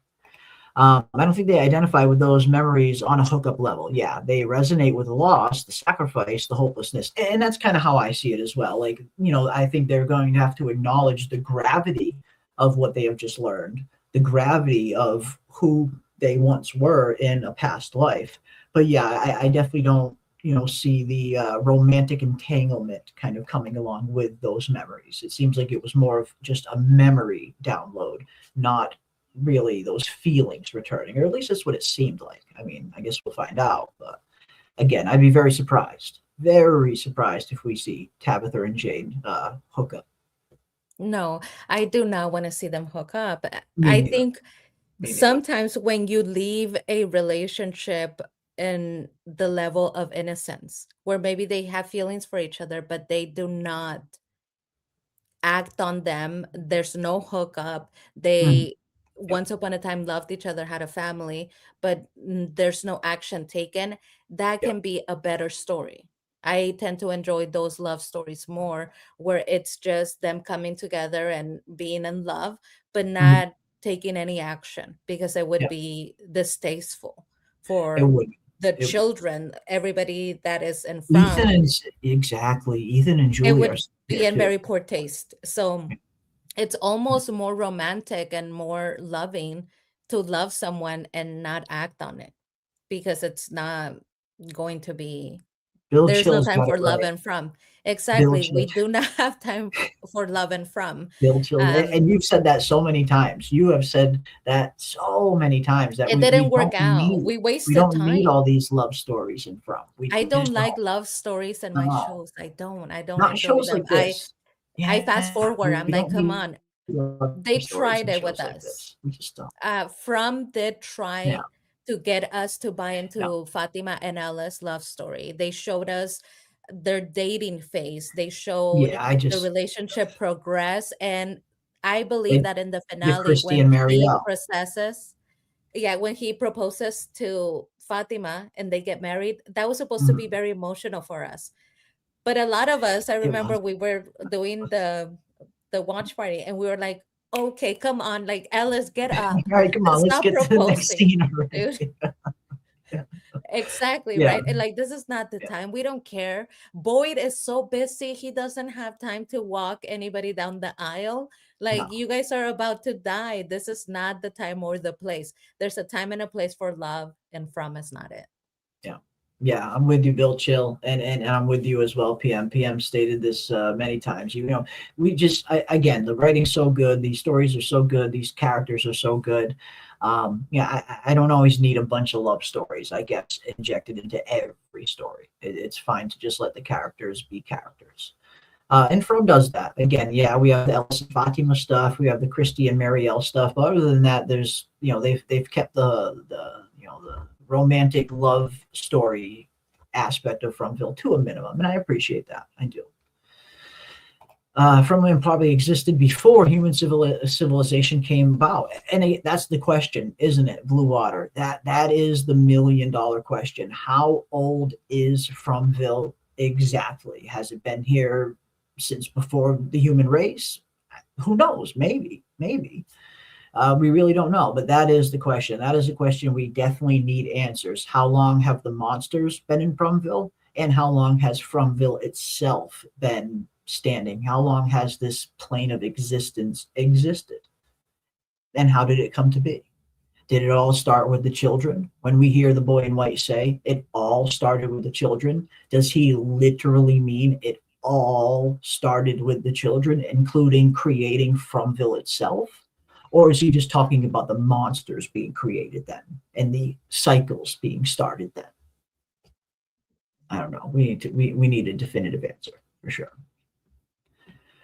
For sure. Yeah, that pick is fun. Yeah, I forget. And again, shout out to the Discord. I found that one in Discord. Somebody posted this in the Discord a little after the season 3 finale. I'm so sorry. I forget who it was.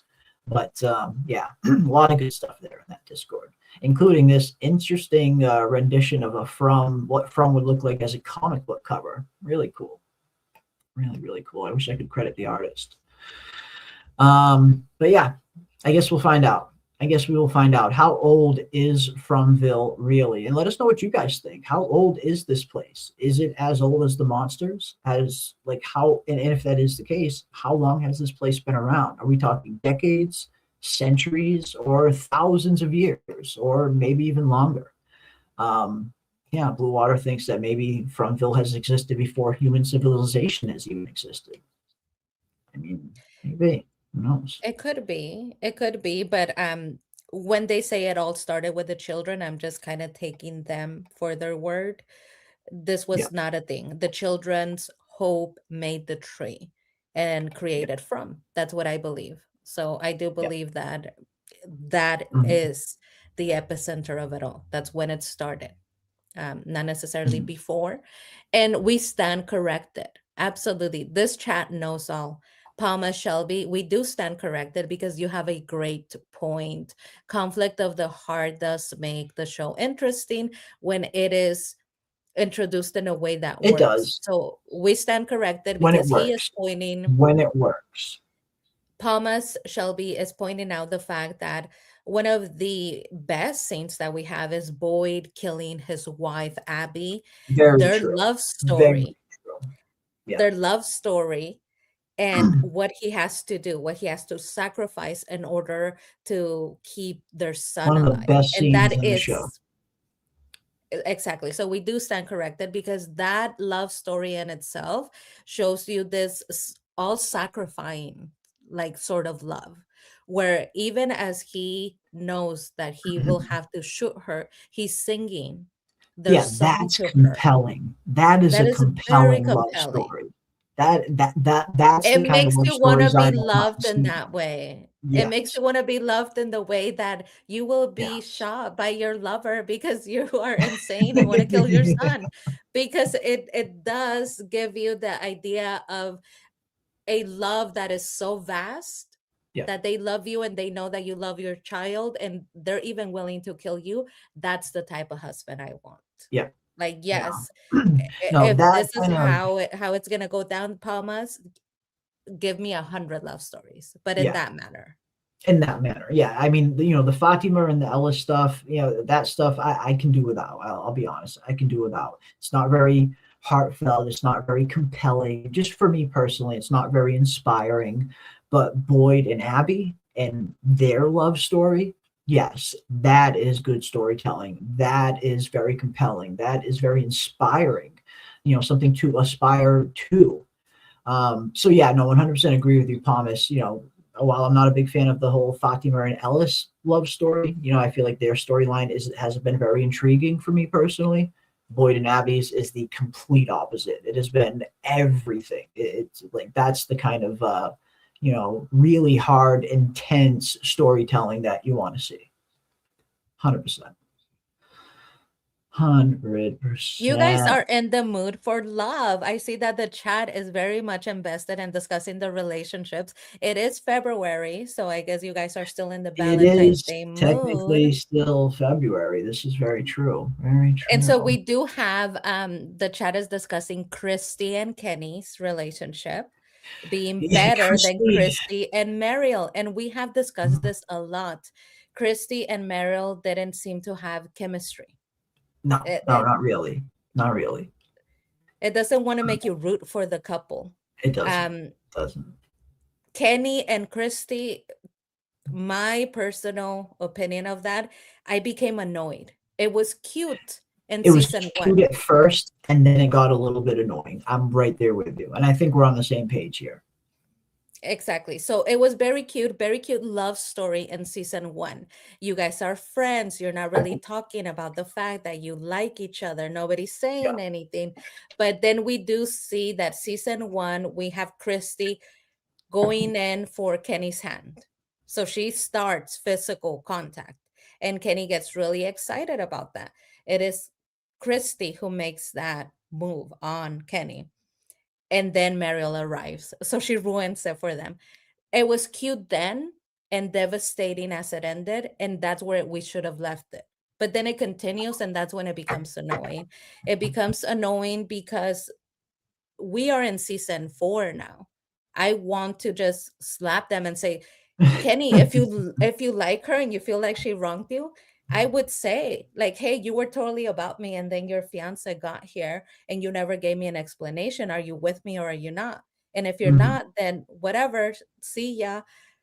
Because he kind of gives her attitude when they are gathering food over at Cannibal Village, and she's Yeah. like, Kenny, you know that I'm always gonna love you.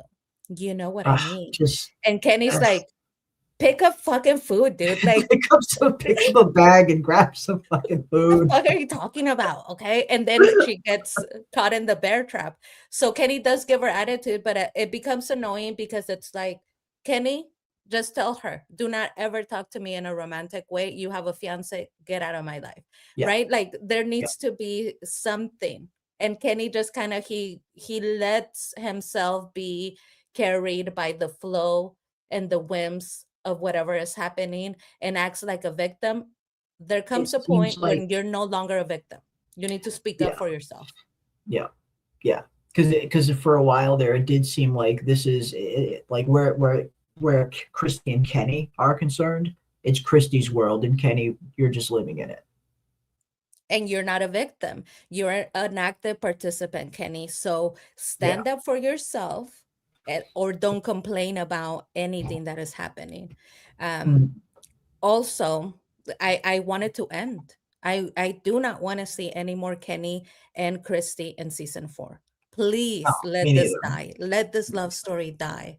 Yeah. Jesus I think Christ. Christie's. Again, we saw a lot of foreshadowing for Christy potentially getting killed off.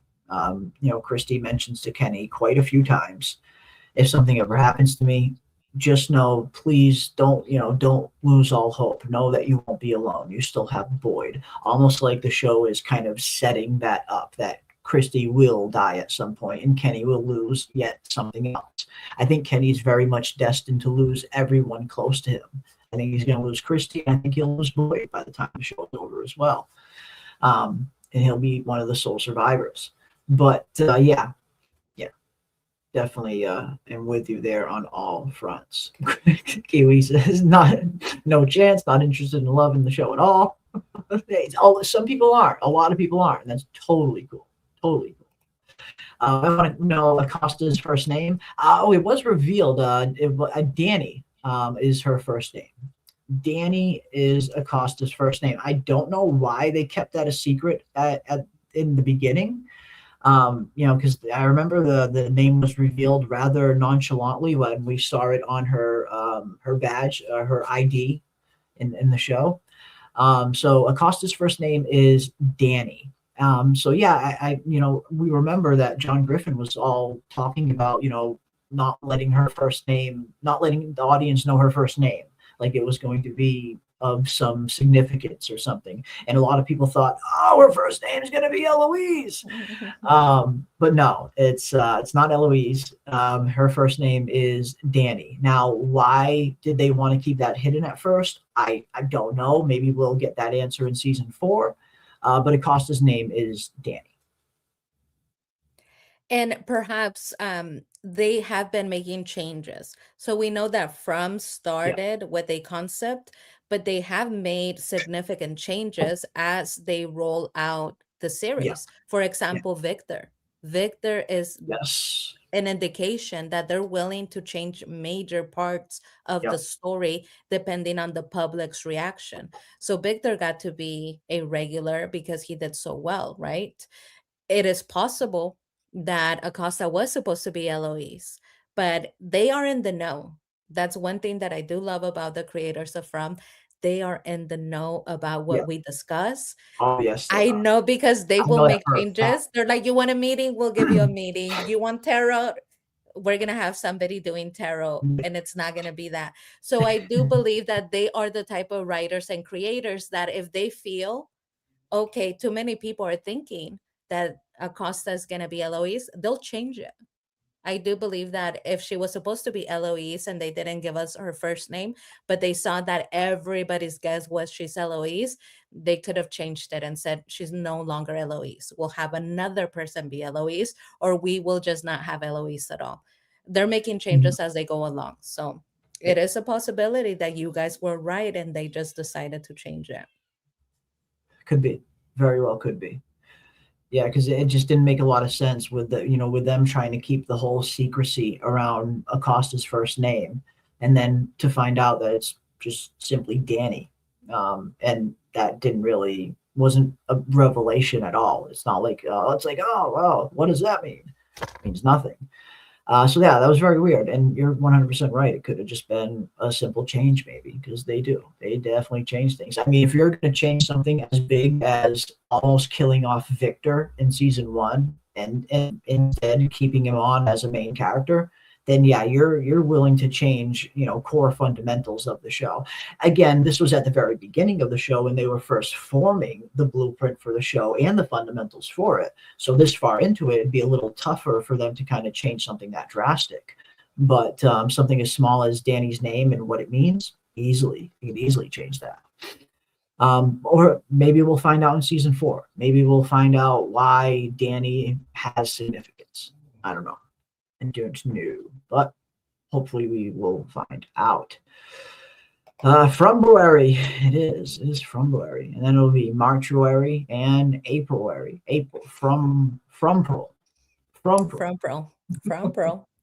and March. It doesn't work with March and April pretty well, not like it does with February. Not like it does. And yeah, no, I'm certainly not talking about like the heart doesn't mean romance. Romance and the heart, definitely two very different things. Like you want to have emotionally charged scenes in a show like From. I mean, those are some of the best scenes. You look at the reunion between Victor and his father, the great scenes they have together, and all of the other really good heartfelt scenes. You want to have those good, deeply emotional moments on the show. Absolutely. It's definitely different from always just throwing in a bunch of romance. You want to have the show, tug at the heartstrings every once in a while. And it does. I think From does a really good job at balancing that pretty well for the most part, in terms of balancing the horror, the kind of comedic relief we get every once in a while, and those really kind of heavily charged human drama moments. That From is very, very known for and exceeds that. Absolutely. Yeah, and all of these ideas of the pairings, they're just fun that the Fromily has with the show.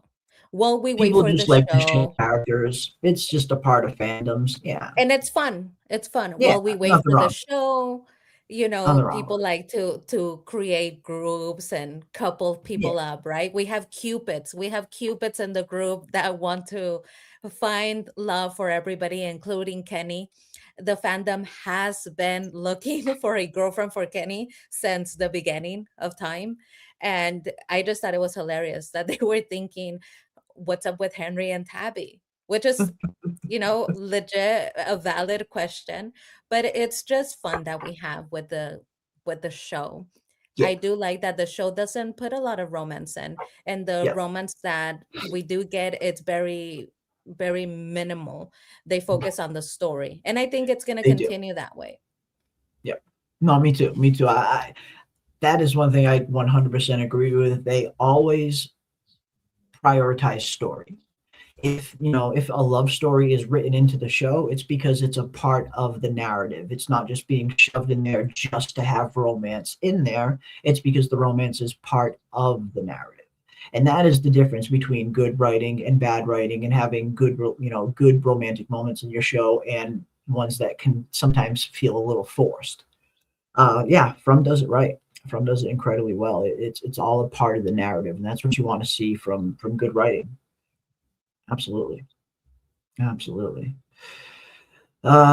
see why do they keep it a secret? That's the question. That is definitely the question. Why keep her name a secret in the first place? Again, as PM mentioned, maybe they had something planned for her first name and they changed the plan, or maybe we'll find out in season 4 why it was kept hidden. One of those two, I would imagine. If knowledge comes at a cost, then what does wisdom, Sophia, come with? Interesting. And speaking of the whole knowledge comes with a cost thing, that was the only kind of red flag I ever saw to Acosta's name. Knowledge comes with a cost. Knowledge comes at a cost. A Costa. It's very similar, but probably just a coincidence. But that was the only connection I saw with Costa's name being connected to anything weird on the show. Acosta. But again, probably just a coincidence. I don't think there's too much deepness going on there. Probably just a coincidence. But interesting and funny nonetheless. And Bill Chill, I like your idea. And if I may make one change, knowledge comes with a cost, but I do not believe that Sophia brings wisdom. I believe that Sophia brings faith, because that is what religion is. We could not confirm or deny anything that is in the Bible or in religious texts, for that matter, of any kind. We have to go based on faith. It is faith that gives religion its power. So if knowledge comes with a cost, what does faith come with? That's the change that I would make in that statement. And I think you guys know my crazy idea. I think it's going to come with a cult and brutality. And the reason why I say that is because From is the story of a cult. From is the story of a group of people that these believe original parents sound awful culty. Cult sacrifice is what it sounds like. It's a group that believed something enough to sacrifice their children because they had faith that we're doing this bargain. I give you something. I have faith that you're going to make the impossible happen. The impossible being eternal life for human beings. And so that is faith. You don't have evidence. You just have to go on the belief. I do believe that Sophia, being that it all started with a cult, will create a cult. And if it all started with a cult, it might all end with a cult. She will be that person that offers the townspeople, you have tried what Boyd offered you, which is law and order and government, basically. He has created a structure, rules, regulations.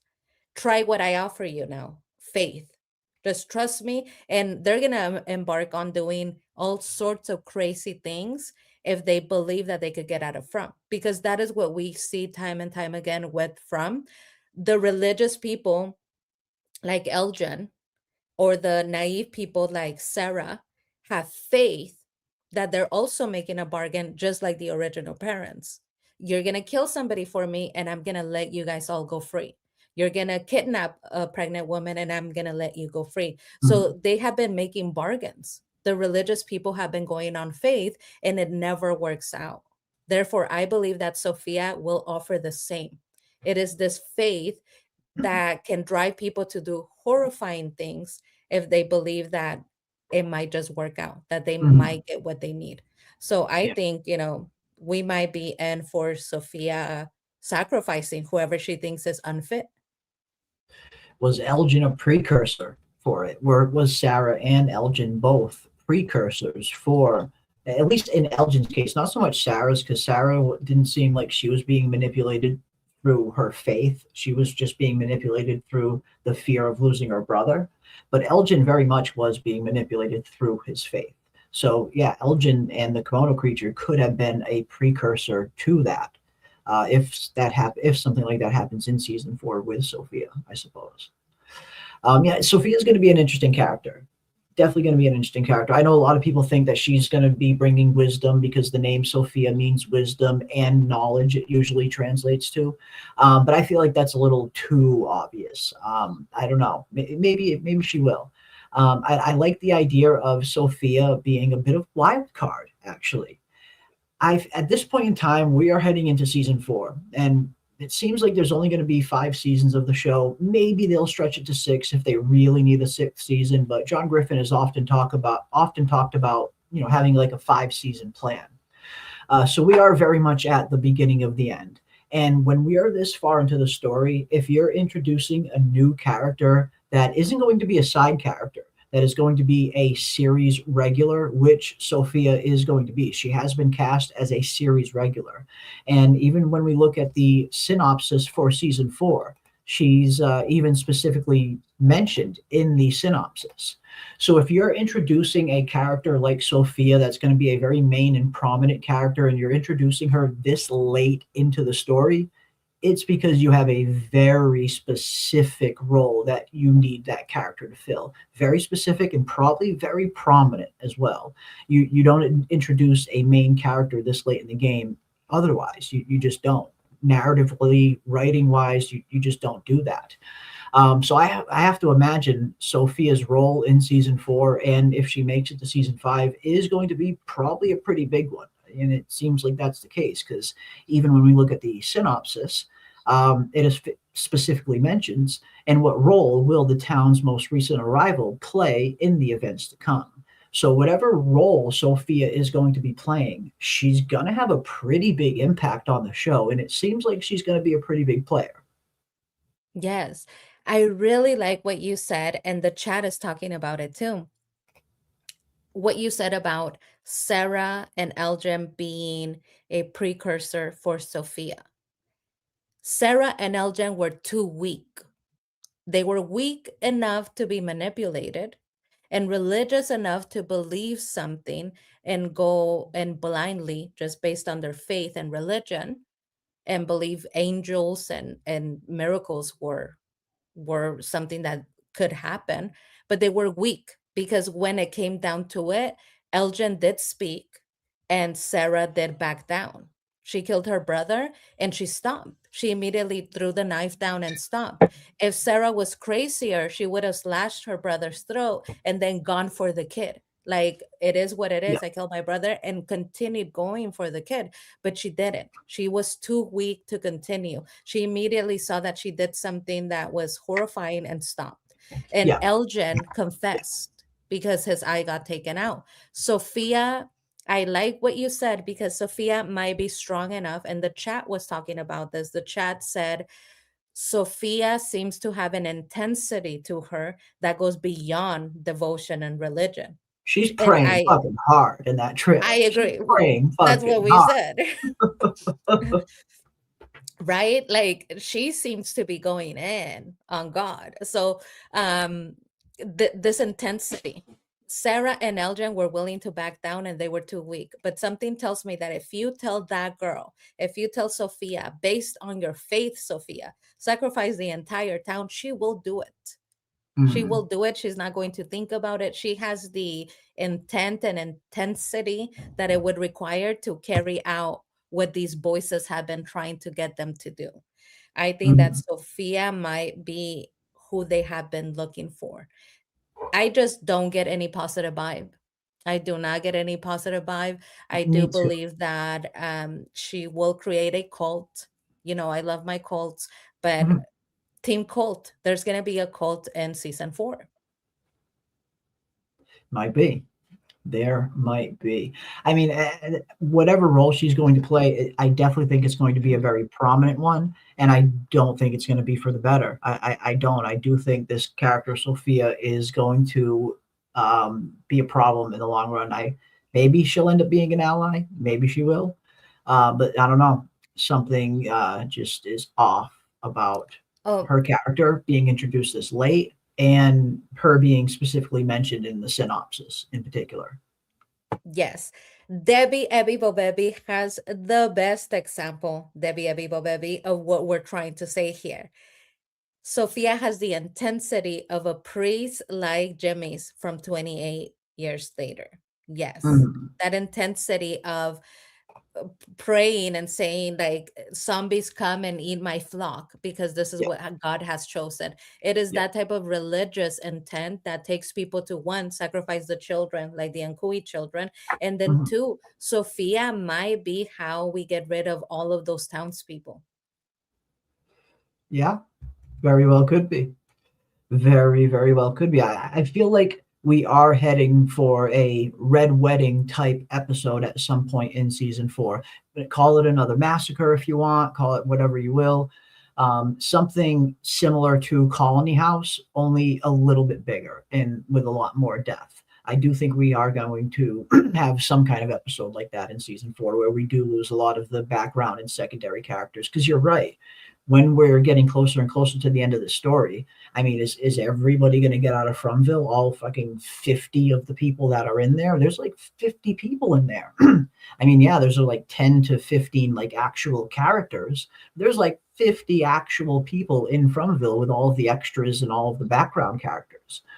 So yeah, you got to thin the herd. Yeah, I feel like you got to have. I mean, just from a writing standpoint, it would make it a lot easier to wrap up the story if you have some kind of event happen where you can thin the herd a little bit, and a lot of these background characters can get killed off. Then you can kind of focus on just your core characters and finishing that story. Just from a pure writing standpoint, it would be a little cleaner. So I'm definitely on the lookout for that in season 4, some kind of Red Wedding type episode. Colonial Woman 60s described in casting sheets. Yes, we were actually the ones who broke this a few months ago. Taryn, big shout out to Taryn. Taryn was actually the first one who found out about this. He found the casting sheet and he sent it to me in Discord, and we did a video on it. Yes, we do have a new monster coming in season 4. This has been confirmed from the casting announcements. We have a brand new monster in season 4 that we haven't seen before. And yes, she's described as a colonial woman in her 60s and described as being terrifying and dead. So we have a new monster coming in season 4. And if you guys haven't checked out that video yet, check it out. It's on the channel. And I go into into a little more depth into where I believe this character might be tied to. And I think this colonial woman, and I know a lot of people in the Discord also had a similar thought, that this colonial woman could potentially be one of the paintings that is represented in Miranda's basement. Because when we look at the paintings in Miranda's basement, there's quite a few different versions of 60s maybe colonial style women monster looking paintings in there. So a lot of people think maybe one of these paintings is going to be the representation of the new monster that we're going to be getting in season 4. So I thought that's an interesting theory. And again, yeah, a lot of these paintings do kind of look colonial style. So yeah, new monster coming, guys. We have a new monster coming in season 4, which will be pretty interesting. And that's one thing From has done every season. Every season, they've introduced something new. In season 1, it's just the monsters. In season 2, we get the cicada entity that they have to deal with. In season 3, we get the kimono creature. Even though the kimono creature was introduced in season 2, she really wasn't prominent until season 3. But every season, we seem to get some new kind of threat that is revealed, with the Man in Yellow being the latest one at the end of season 3. So yeah, I think it's going to be very interesting to see what new monsters we get in season 4. It looks like we're at least getting this colonial woman monster. I really like the description of the colonial monster as imposing, quietly imposing. Yep. And it makes me just start brainstorming. There was somebody that had to be the in between. If it was the Man in Yellow or the red Cthulhu-like creature, somebody, one of the parents, a town's member, had to be the one to make that bargaining with the devil of sorts. You bargain with the devil, somebody has to step up.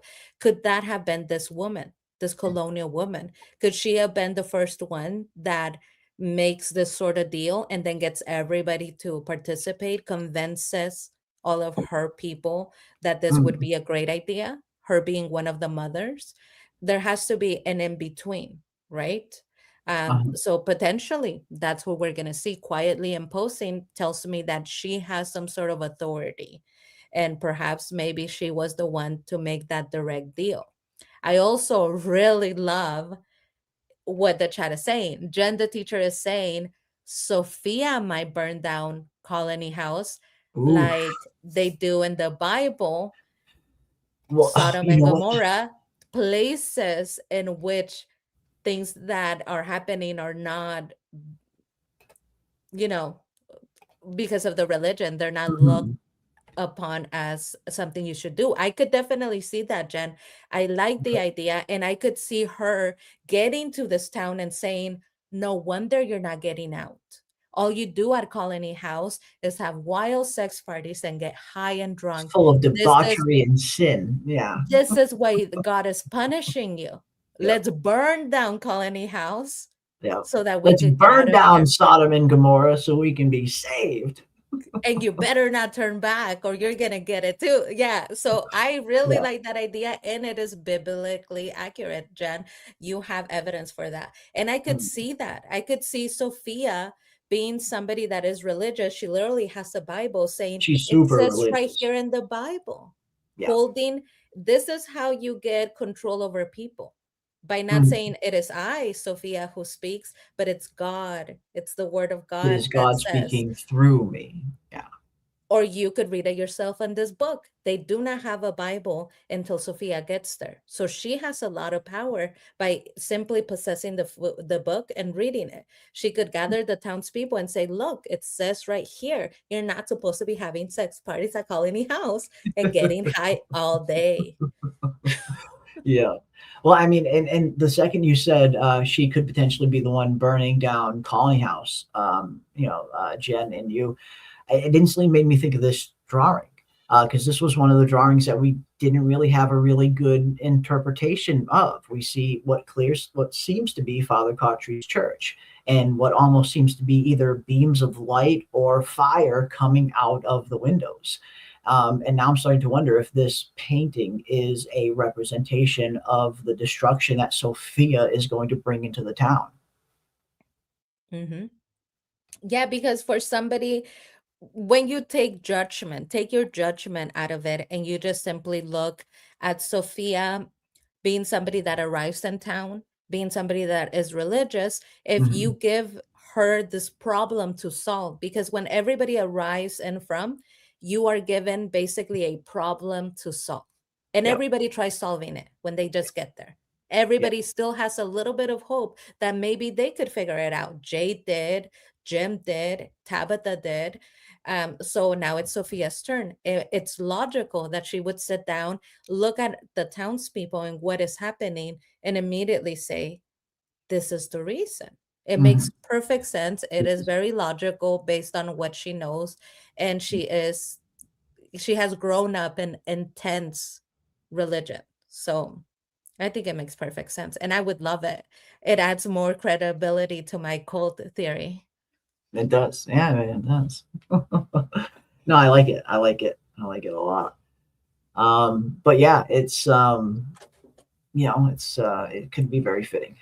Could be very fitting. Are those crows or crosses in that painting? I believe they're crosses. I believe they're meant to be the cemetery right next to the church there. So yeah, do believe they're meant to be crosses. But yeah, very, very interesting stuff. Very, very interesting stuff. And yes, Debbie Ebby, brought up her theory, a few weeks ago, which I love. I thought it's really, really good about each season being a representation of the four horsemen of the apocalypse.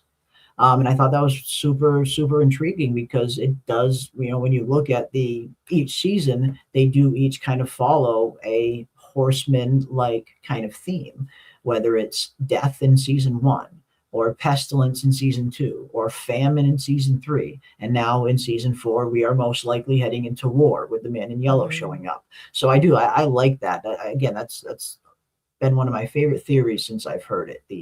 Each season kind of representing a four horsemen of the apocalypse. And Jen, the teacher, brings up, I love your four horsemen theory. So what would season 5 be? Revelations or apocalypse, in your opinion? And I think that's a very interesting question because, yes, if we have our four horsemen during the first 4 seasons, then what is season 5 going to be representing? The apocalypse, the end of everything, or Revelations? I tend to lean a little more towards Revelations would be probably a more fitting theme for season 5. Unless we're really heading down a dark road where this show is going to have a very dark and bleak ending where our heroes aren't going to win. Then maybe season 5 would fit more in the apocalypse theme. But I'm going to go Revelations. I like it. Yes, Debbie Ebby Bobebi, that theory of yours is one of my favorite theories. It's It so is fun. very It's such a fitting. fun. Yeah. Perfection, Debbie. Baby, perfection. I love it because I do feel like we are about to go into a great war of faith versus rules and regulations, the town. So I really, really love that. And I believe when you think about the story, if I follow that theory and add to it, the four horsemen of the apocalypse usher in the apocalypse and the end of times. So it wouldn't be apocalypse because as they're coming in, they are ushering the apocalypse. That is, you're currently living in apocalypse. Once they show up, guess what, buddy? It's apocalypse. Like you're not waiting, it's happening. And things are happening with them that will bring the end of times. Therefore, as they finish their job and their duty, because each one of them has a job and a duty of destroying the world and the people in it in a certain way, whether it's through famine or war or whatever it may be, at the end of their duty and their job is salvation. If you're still standing, there is salvation for you. And if you're still not standing, then that's because one of those four horsemen took you. Famine took you, war took you, or you were just not chosen to be saved. But that is what's supposed to happen. After the four horsemen of the apocalypse come in, those who will be saved will encounter paradise, heaven, if you have been saved. And so it makes sense. It would be fitting that after our characters go through those 4 seasons, somebody gets to go home. Whoever is left gets to finally get out of there. And I do agree with you, Jeremy. It might be Kenny, even if it's one single person going home. Kenny. It's going to be Kenny. Kenny's getting out of here. I'm so sure of Kenny getting out of here. I don't know about everybody else, but I am so sure Kenny is going to be among the people that get out. I have faith in that. Uncle Dieter says, wonder why we only saw the one crow that flew through the window. Don't think we ever saw crows in Fromville. Yeah, that is a pretty interesting aspect, isn't it? We see these crows flying, in the woods right when, and of course, when everybody sees the tree, but actually inside the town of Fromville, within the town limits of Fromville, we don't see a ton of crow action inside there until, the one incident at Colony House where it flies into the window. The crows in and of themselves are another huge question mark that needs to get answered heading into season 4. We got to find out what's up with these crows and what purpose are they going to serve in the actual narrative. So we still don't know. We know nothing about these crows. Yeah, we know nothing about the crows and the rats, but something tells me from the language that has been used, Jade says, we are like rats in a maze. The rats seem to be the townspeople, the humans. The crows, they don't seem to be acting in favor of the people, because when we see that crow going in through the window, they're stopping Fatima from gaining information that was vital. So therefore, I think they're antagonists and the rats are our protagonist in the story. Interesting. Yeah, and we did get that very interesting scene in season 2 when Tabitha and Victor are down in the caves, and we see a rat eating one of the crows down in the caves. A lot of people thought that was maybe symbolic of what the crows represent and what the rats represent. But again, it's all it's all just theory until we get something concrete from the show. But yeah, a lot of symbolism in the show, tons, and I mean a ton of symbolism. This show is littered with all kinds of different symbolisms, and that's always fun. It's always fun to kind of find the symbolism, the deeper symbolism in From, and try and figure out which of it is worth taking a closer look at and which of it is worth ignoring, because there is going to be some stuff in the show that is just worth ignoring. It's just not going to amount to anything. Not every little tiny thing is going to mean something big. Some stuff will, a lot of stuff will, but not everything will. And that's something that I always kind of challenge myself whenever I'm theorizing on From, or when I'm watching the show or thinking about anything. I always try to separate what should I be paying closer attention to and what should I not be paying closer attention to? And I think season 3 had a perfect moment, perfect example of this with Fatima's character. When we get that one episode where Fatima is about to go inside Colony House, and she turns around because she smells the rotting food next to her, and she goes to the rotting food, where a lot of people thought that Fatima was becoming a monster and she couldn't enter Colony House because the talisman was up. And I think that was one of those moments where sometimes we look a little too deep into things that just aren't there, stuff that the writers never even probably intended for us to take a closer look at. I think that was one of those moments where it was just simply a timing issue where Fatima turned at the right perfect time, smelled the food and went towards it, and made a lot of people think that she couldn't open the door handle. Again, it's, and that's what's fun about From, at least for me anyway, that's what's fun about From, trying to take a deeper look at these things and trying to decide, okay, what should I be looking close at? And what should I just not be looking close at, I guess. That's what's fun. And that's the difficulty of a show that's very cerebral like this. And I love that. I like a good challenge. Yeah, and I take two approaches to this. When From is off, it's off season like now, let's go for it. Give me the craziest Exactly. theories. You know Let's me. talk I about her am the being a tinfoil vampire. guy. We You are are the the tinfoil tinfoil guy. channel.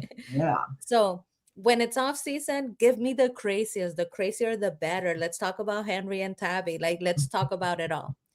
But once From is on, yes, it's like scavenging and saying, don't pay attention to this. This is really not where my attention should be. And let's focus. So I enjoy both. I enjoy paying attention to the things that are like that make no sense, that maybe It's fun. we It are is going fun. a little crazy. Yeah. But I also like saying, what is the meaning of all of it? Let's focus. Let's try to kind of focus on what we're supposed to be paying attention to. And that's when From is on. That is sort of the mode that I operate. But when it's off season, yeah, like tell me the craziest thing that you've ever thought about, because it's fun. A lot of the stories that you guys come up with, a lot of the things that you guys say here in the chat are so interesting that I wish that you guys could make your own show, because and your ideas in themselves are great for their own separate story, whether it happens on From or not. I've heard some of the best ideas. You mentioned Taryn. Taryn looks at the casting. I am convinced one of these days we're going to turn on the TV and like a townsperson is going to be Taryn in the background, because he does look at casting. They might cast him. Yeah. Big shout out to Taryn for that. Yeah, he was the first one that found that casting thing. And again, huge shout out to him for, sending it to us in the Discord. And he's another one who has been very creative with his theories. And that's always, that's fun. This is one of those shows where, yes, it's okay to have fun with. And I take that very same approach that you do. When it's the off season, throw on that tinfoil hat, dive into that rabbit hole, have fun with it. But then when the show is actually on and it's airing, I try to take a little bit more of a serious approach and try to theorize on things that I think will more likely to happen, as opposed to the more tinfoily things.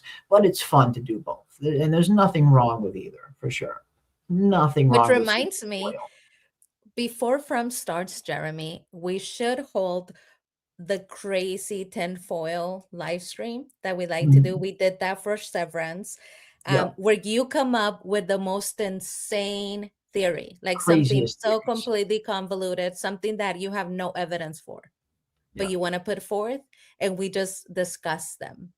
Because when we did that for Severance, somebody was talking cult. They said, this is all a cult, and the baby goats, this and that. They were right.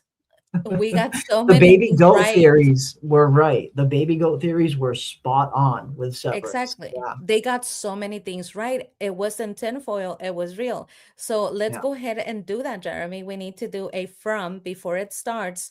The craziest thing. You don't have to have evidence. You just have to like come in and give us your theory, and we'll go through them, because that is when I have the most fun, hearing just outlandish sort of things about From. No, me too. No, that that's definitely something we can do. Definitely, that is something we can do. One of our streams will, we'll put out a notification in the Discord before we're doing it, and we'll ask each and every one of you for your craziest tinfoil theories that you could think of. Crazier the better. Does not matter how outside the box it is. And yeah, we'll do a tinfoil from season 4 stream before the season gets here. Totally down for that. Totally. We'll wear our tinfoil hats. Yes. Yeah. Yeah. Theory season is my favorite. Hey, it's fun. It is. Again, it's why this is why shows like this are so addictive, because it's one of those shows where you can't just watch it and then walk away and forget about it until next week comes around and another episode airs. It's one of those shows where as soon as you're done watching it, you need to talk about it. You have to discuss the stuff that you saw with other people that are watching the show. It's not one of those shows you can just walk away from after watching it at all. And those are the fun ones. Those are definitely the fun ones. Yeah, it's gonna get wild. It's gonna get wild. It always does. It always does. It always does. Yeah, you guys are hilarious. And I don't mind getting a little bit wild before we pull the reins back in before season 4 gets here. I don't mind. It's fun. If people are having fun with it, totally cool. Totally cool. Yeah, I'm okay with the giant spider eating a Costa. There it is. That's the kind of tinfoil we're looking for. And that's the kind of tinfoil right there. But yeah, I mean, it's all in good fun at the end of the day. We're all watching the same show. I think we all very much have a deep fondness for this show. We've very much enjoyed it from the very beginning. And yeah, there's a time and place to kind of put on your thinking cap and do some serious theorizing. And then there's a time and place to throw on that tinfoil hat and dive into that rabbit hole. And we like to do a little bit of both on this channel. So that'll be fun. That will be fun for sure. Absolutely. For sure. Tabitha and Henry romance. There's the tinfoil starting already. We're gonna kick it off with that one. Yes. Off with that one. Of course. Good stuff. Good stuff. And again, for me, shows like this, shows like From, sometimes or more often than not, the journey is better than the destination sometimes. Sometimes you get to the ending of these shows and the ending isn't exactly what you thought it was going to be, or isn't exactly what you hoped it was going to be. A lot of people experience that with Lost. I loved the ending of Lost personally. The ending of Lost was everything I wanted it to be. I got every answer I was looking for, but not everybody liked it. So sometimes, and Game of Thrones is another good example of this, where sometimes the journey is better than the destination, and that's what's fun. That's what's fun about this show. It's the journey getting to the end, because once the end is here, it's over. Then it's done. It's done at that point. Then Fromville is over. Then what are we going to do? And it's everything leading up to that end is what makes the show and the community fun and special. Absolutely. I love the show. I would love From, even if I was all by myself watching From.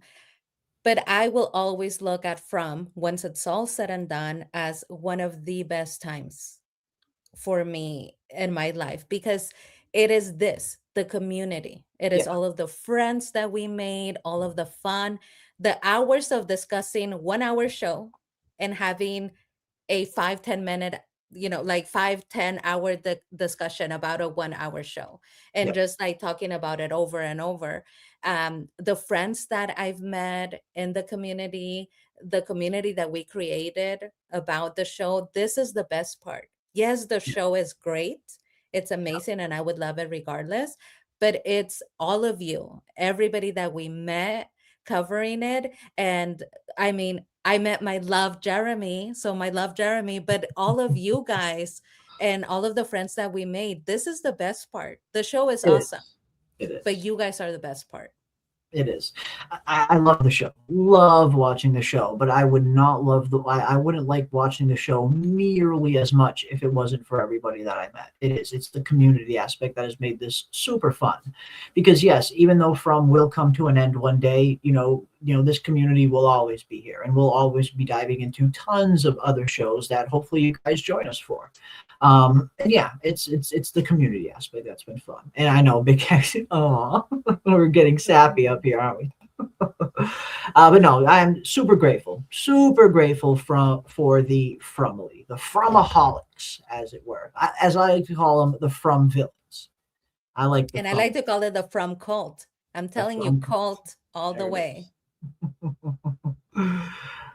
Good stuff. Good stuff. Yeah, Jim would certainly agree. The journey was better than the destination. Poor Jim. Jim would He's agree. never gonna leave it Jim would down. agree. Like Jim is gonna get it until the end of time. Poor Jim. I do not know what he did to piss you guys off so much. Poor Like Jim. you're never gonna Poor let him Jim. live it down. Jim's never going to hear the end of it. Jim will never hear the end of it.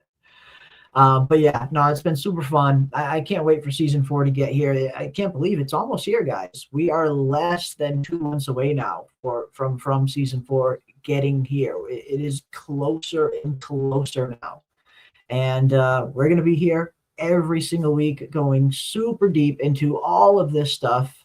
A Night of the Seven Kingdoms has 1 episode left, this upcoming episode, tomorrow actually.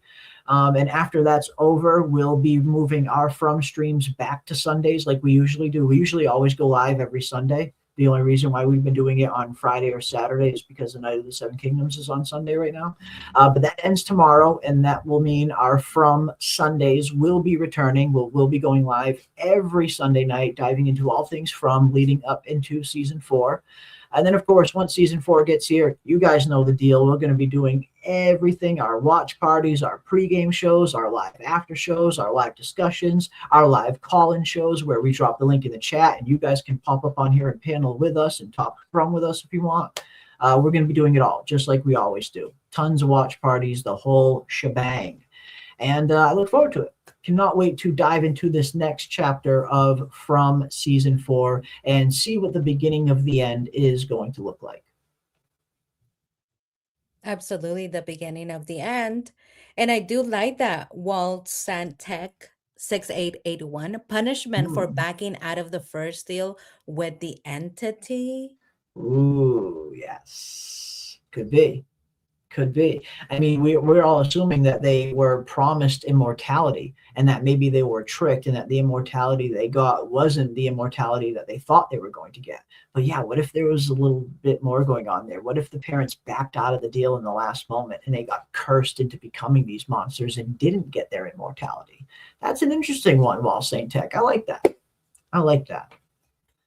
I don't mind that at all because we know Jade and Tabitha, the original Jade and Tabitha, it seems like they were maybe in on it in the beginning and they changed their mind. They tried to stop it in the long run. And we saw what happened to them. They didn't get turned into monsters, but they didn't get really immortality either, not in the immortal sense. Yes, they get reincarnated, which is, I guess, a form of immortality. But no, that's an interesting one. I like it. I like it because you can have your cake and eat it too. So if you're an entity that will offer, that will make a bargain and has the possibility of giving you eternal life, then yeah, you don't get your cake and you don't get to have your cake and eat it too. Yeah. You will be punished. It's like, I'm going to reward you if we make this deal. But guess what? If you, anytime that you back out of a deal with the devil, you get it. Yeah. Like you just don't get to walk away. That's why we have the tale as old as time of making the deal with the devil. You sign on the dotted line and guess what? Nothing is going to get you out of that deal. No. And I like that your idea echoes that. If you made a deal with the devil, which I think this is what they did, you don't just get to back out of it. Yeah. Jade and Tabitha messed that up, so now they must be punished. And perhaps that's why the man in yellow looks so good when he first approached them. When they first met him, he looks so good. But then they back out. They back out. They keep him from getting what he needs in order to maintain that well look. And now he's haggard and he's like, if I'm going to be haggard, so will you. And he punishes them. So it makes all the sense in the world. It does. It does. I like it.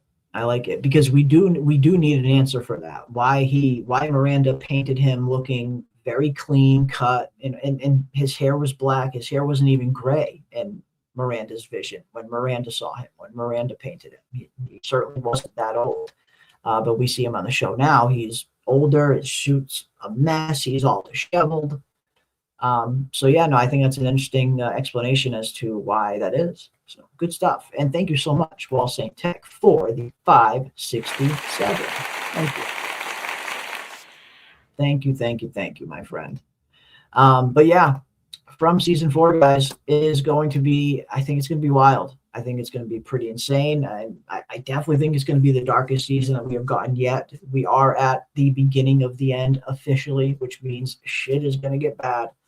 A lot bad before it gets better. And I am here for it. I am absolutely here for it. And hopefully you guys will be here for it as well. Again, we'll be diving into all things from leading up to season 4. We'll be live every Sunday night starting next Sunday. We'll be moving back to our Sunday slot. And we'll be killing some time while we wait for From season 4 to get here. But this is not the only place that we're going to be killing some time. Also, if you guys haven't already, please subscribe to my awesome, wonderful partner in crime, PM Philosophy's channel. She's got a great channel over there. She's doing reviews. She did she's doing really awesome reviews on From. She's got a really great review up there on 28 Years Later, The Bone Temple. I know she's got tons of From content that she's going to be planning on doing. You got some Severance stuff up there as well from last year. Definitely give PM a sub. She is going to be covering season 4 of From right along with the rest of us.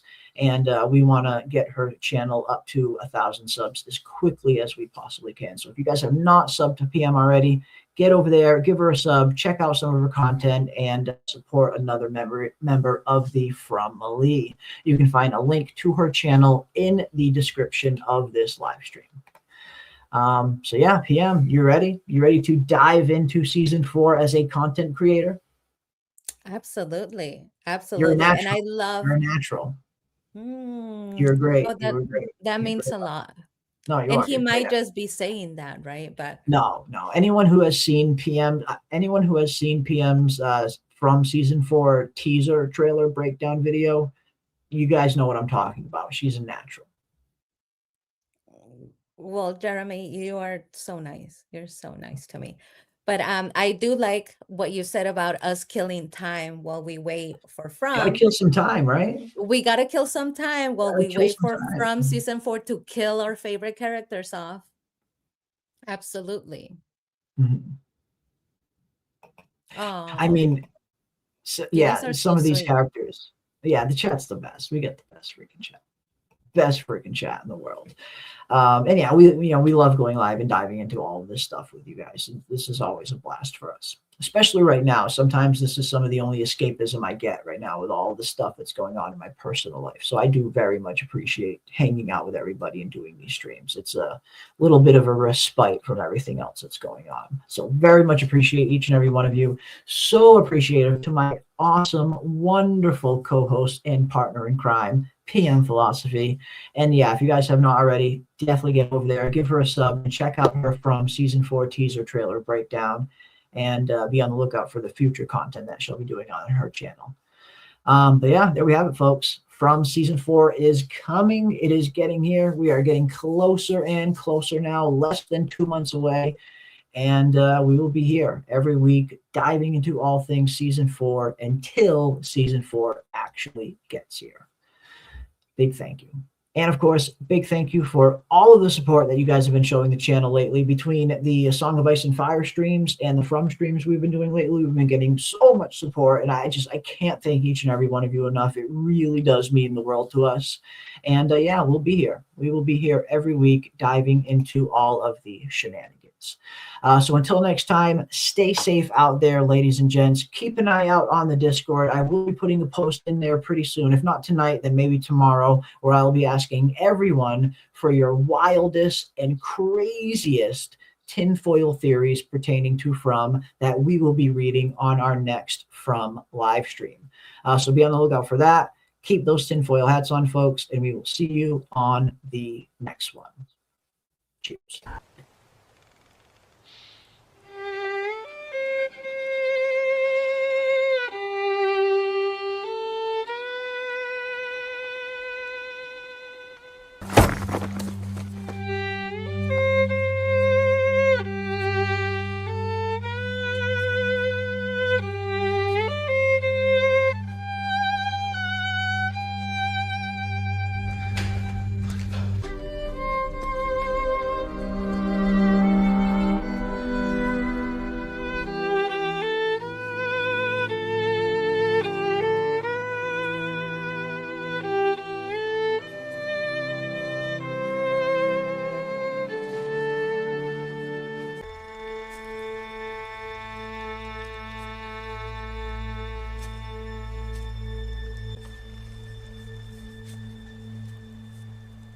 aren't cooey.